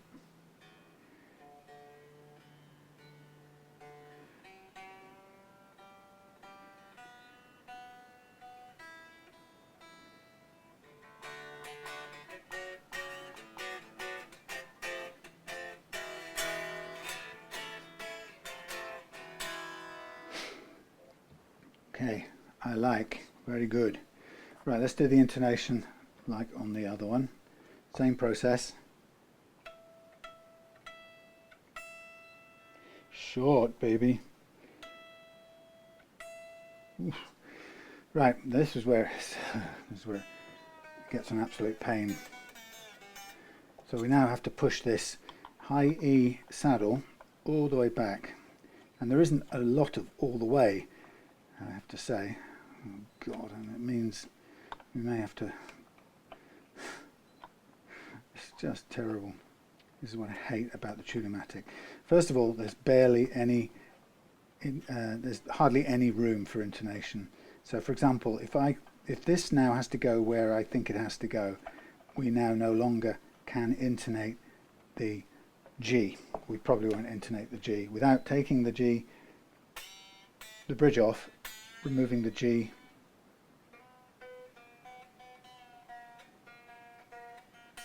Yeah, removing the saddle, individual saddle, taking it apart, turning around the block,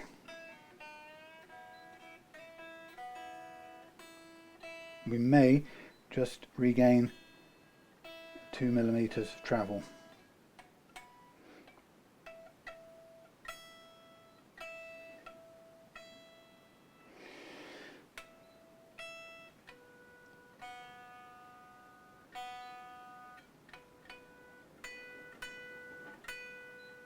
B is right.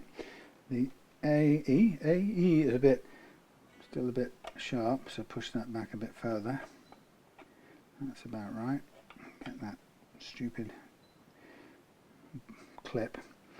Now, the problem I've got is whatever I do with this G, I am not going to get it into the right place, I don't think. Keep going back, Mr. G. Oh, maybe. let's see, we could just about be there.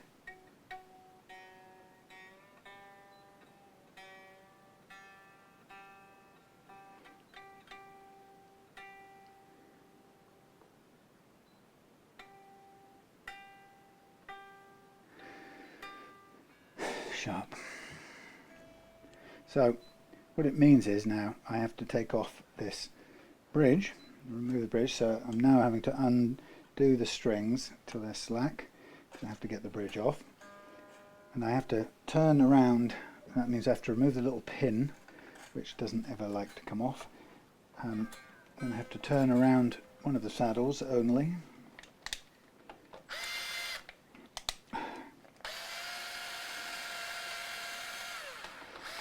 And then obviously stretch out again at the other end.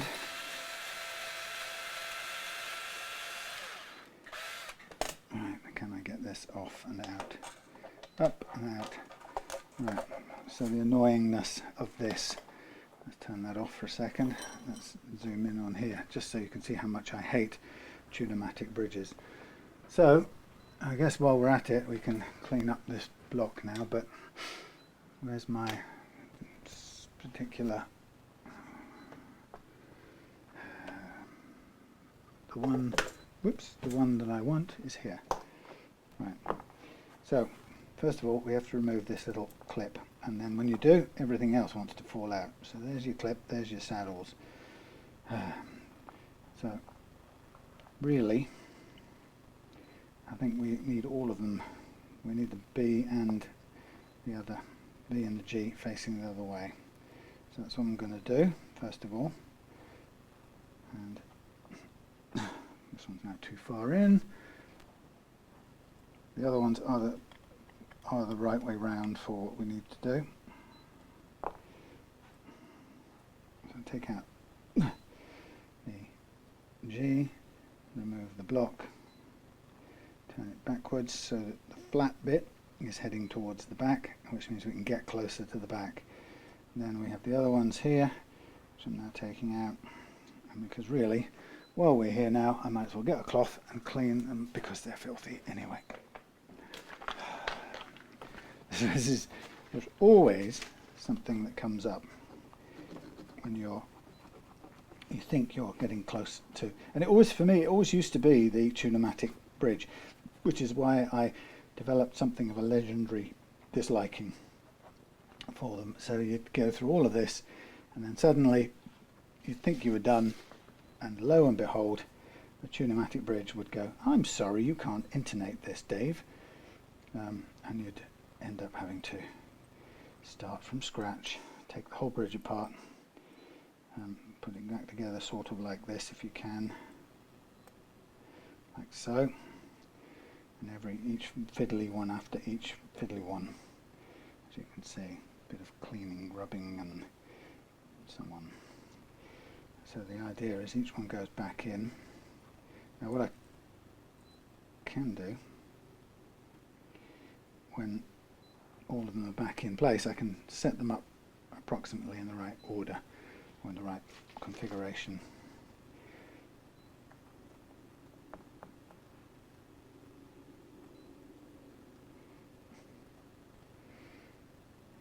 Okay, so I'm leaving the first one pointing forward with the flat side pointing forward, because we can intonate just about the other ones that struggle.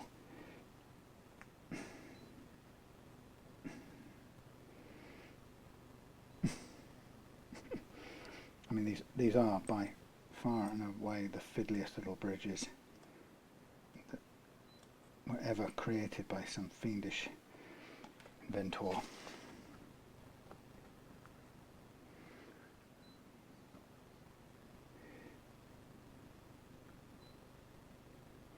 Well,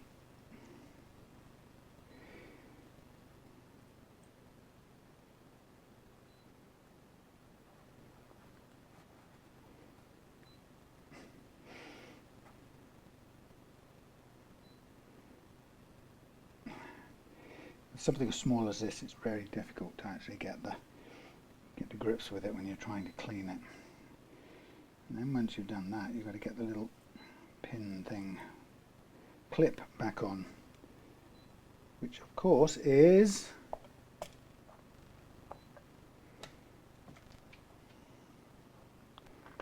it's where I put it down a second ago, isn't it? Well, that would be just so funny. There it is, hidden by the screwdriver. Damn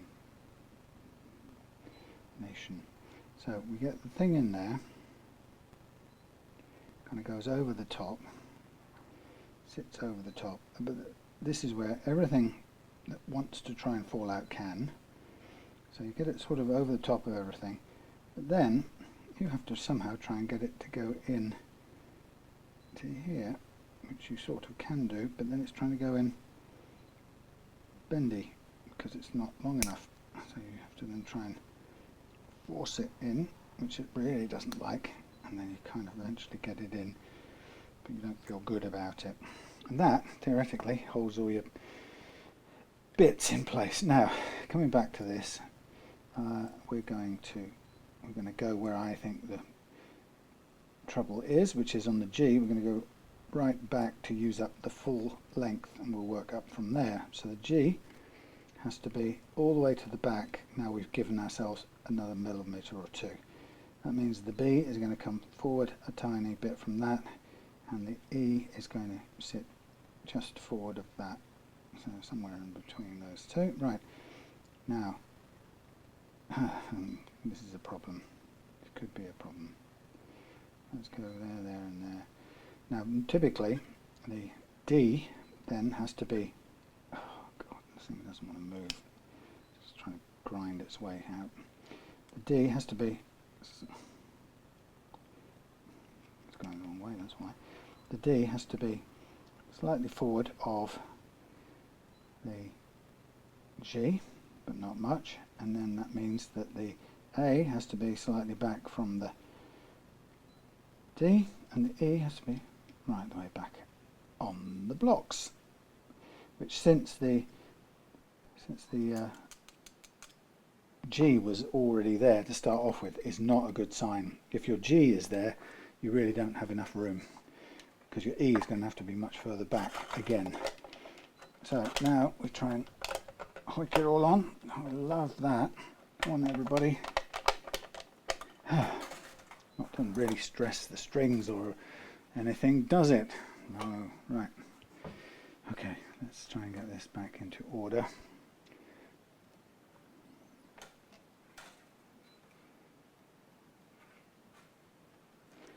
D, G.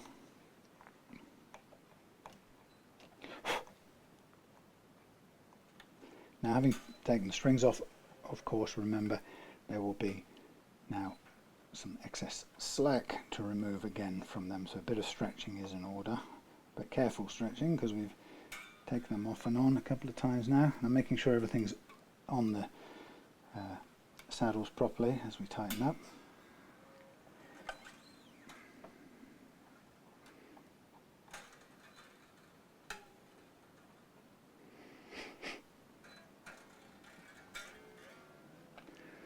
Okay. Oh, that's not on the saddle. No, it is.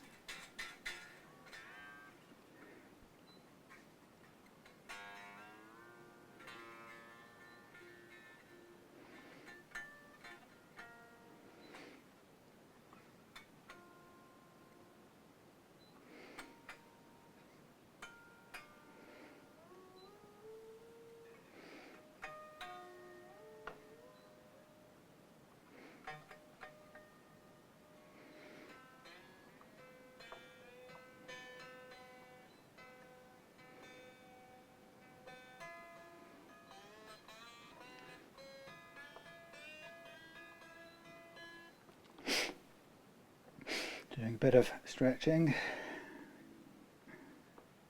bedding things in, and then we'll check the intonation again.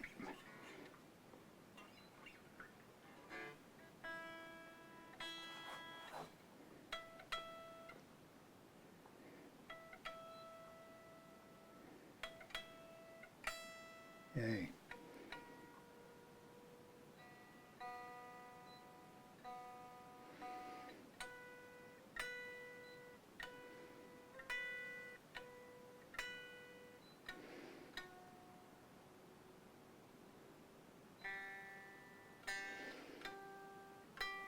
Okay, that's positive. That means I can come back out a bit with all of these. I've gone too far. This time you've gone too far. This time you've gone too far, too far, too far. With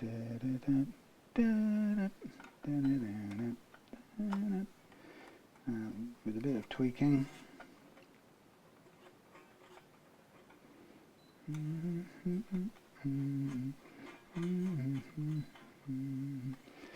Get down in there, stop pulling up and trying to escape. Honestly, have I told you how much I despise the Tune-o-matic bridge? But let me count the ways.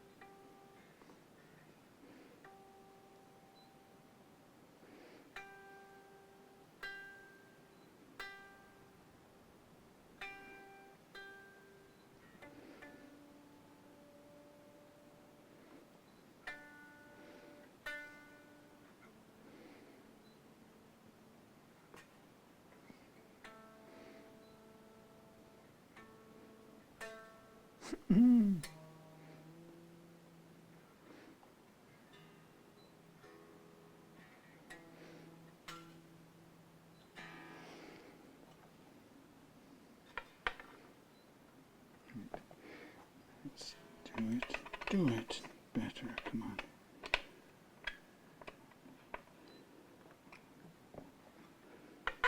One point 1.2.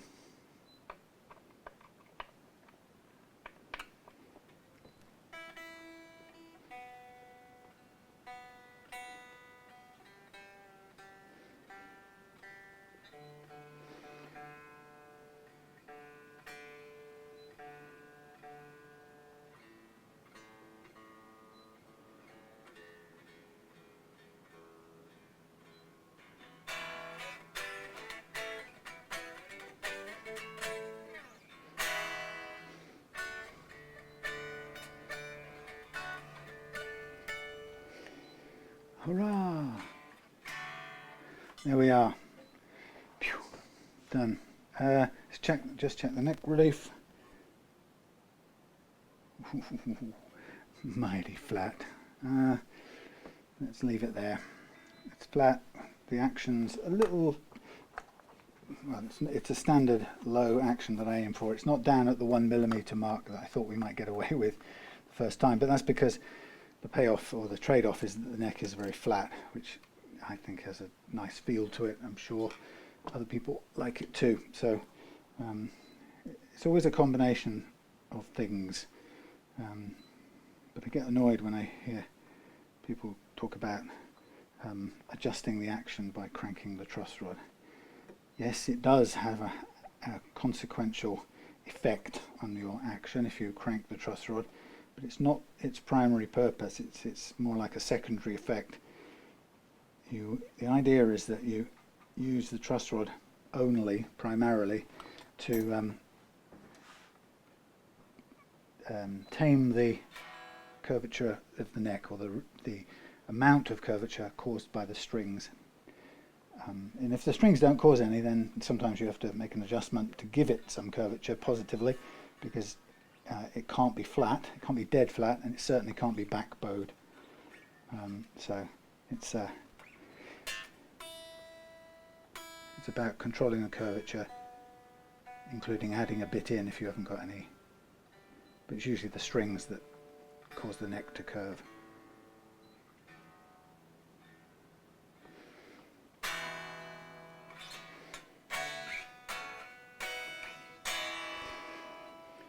Alrighty, we are done. Thank you so much for watching.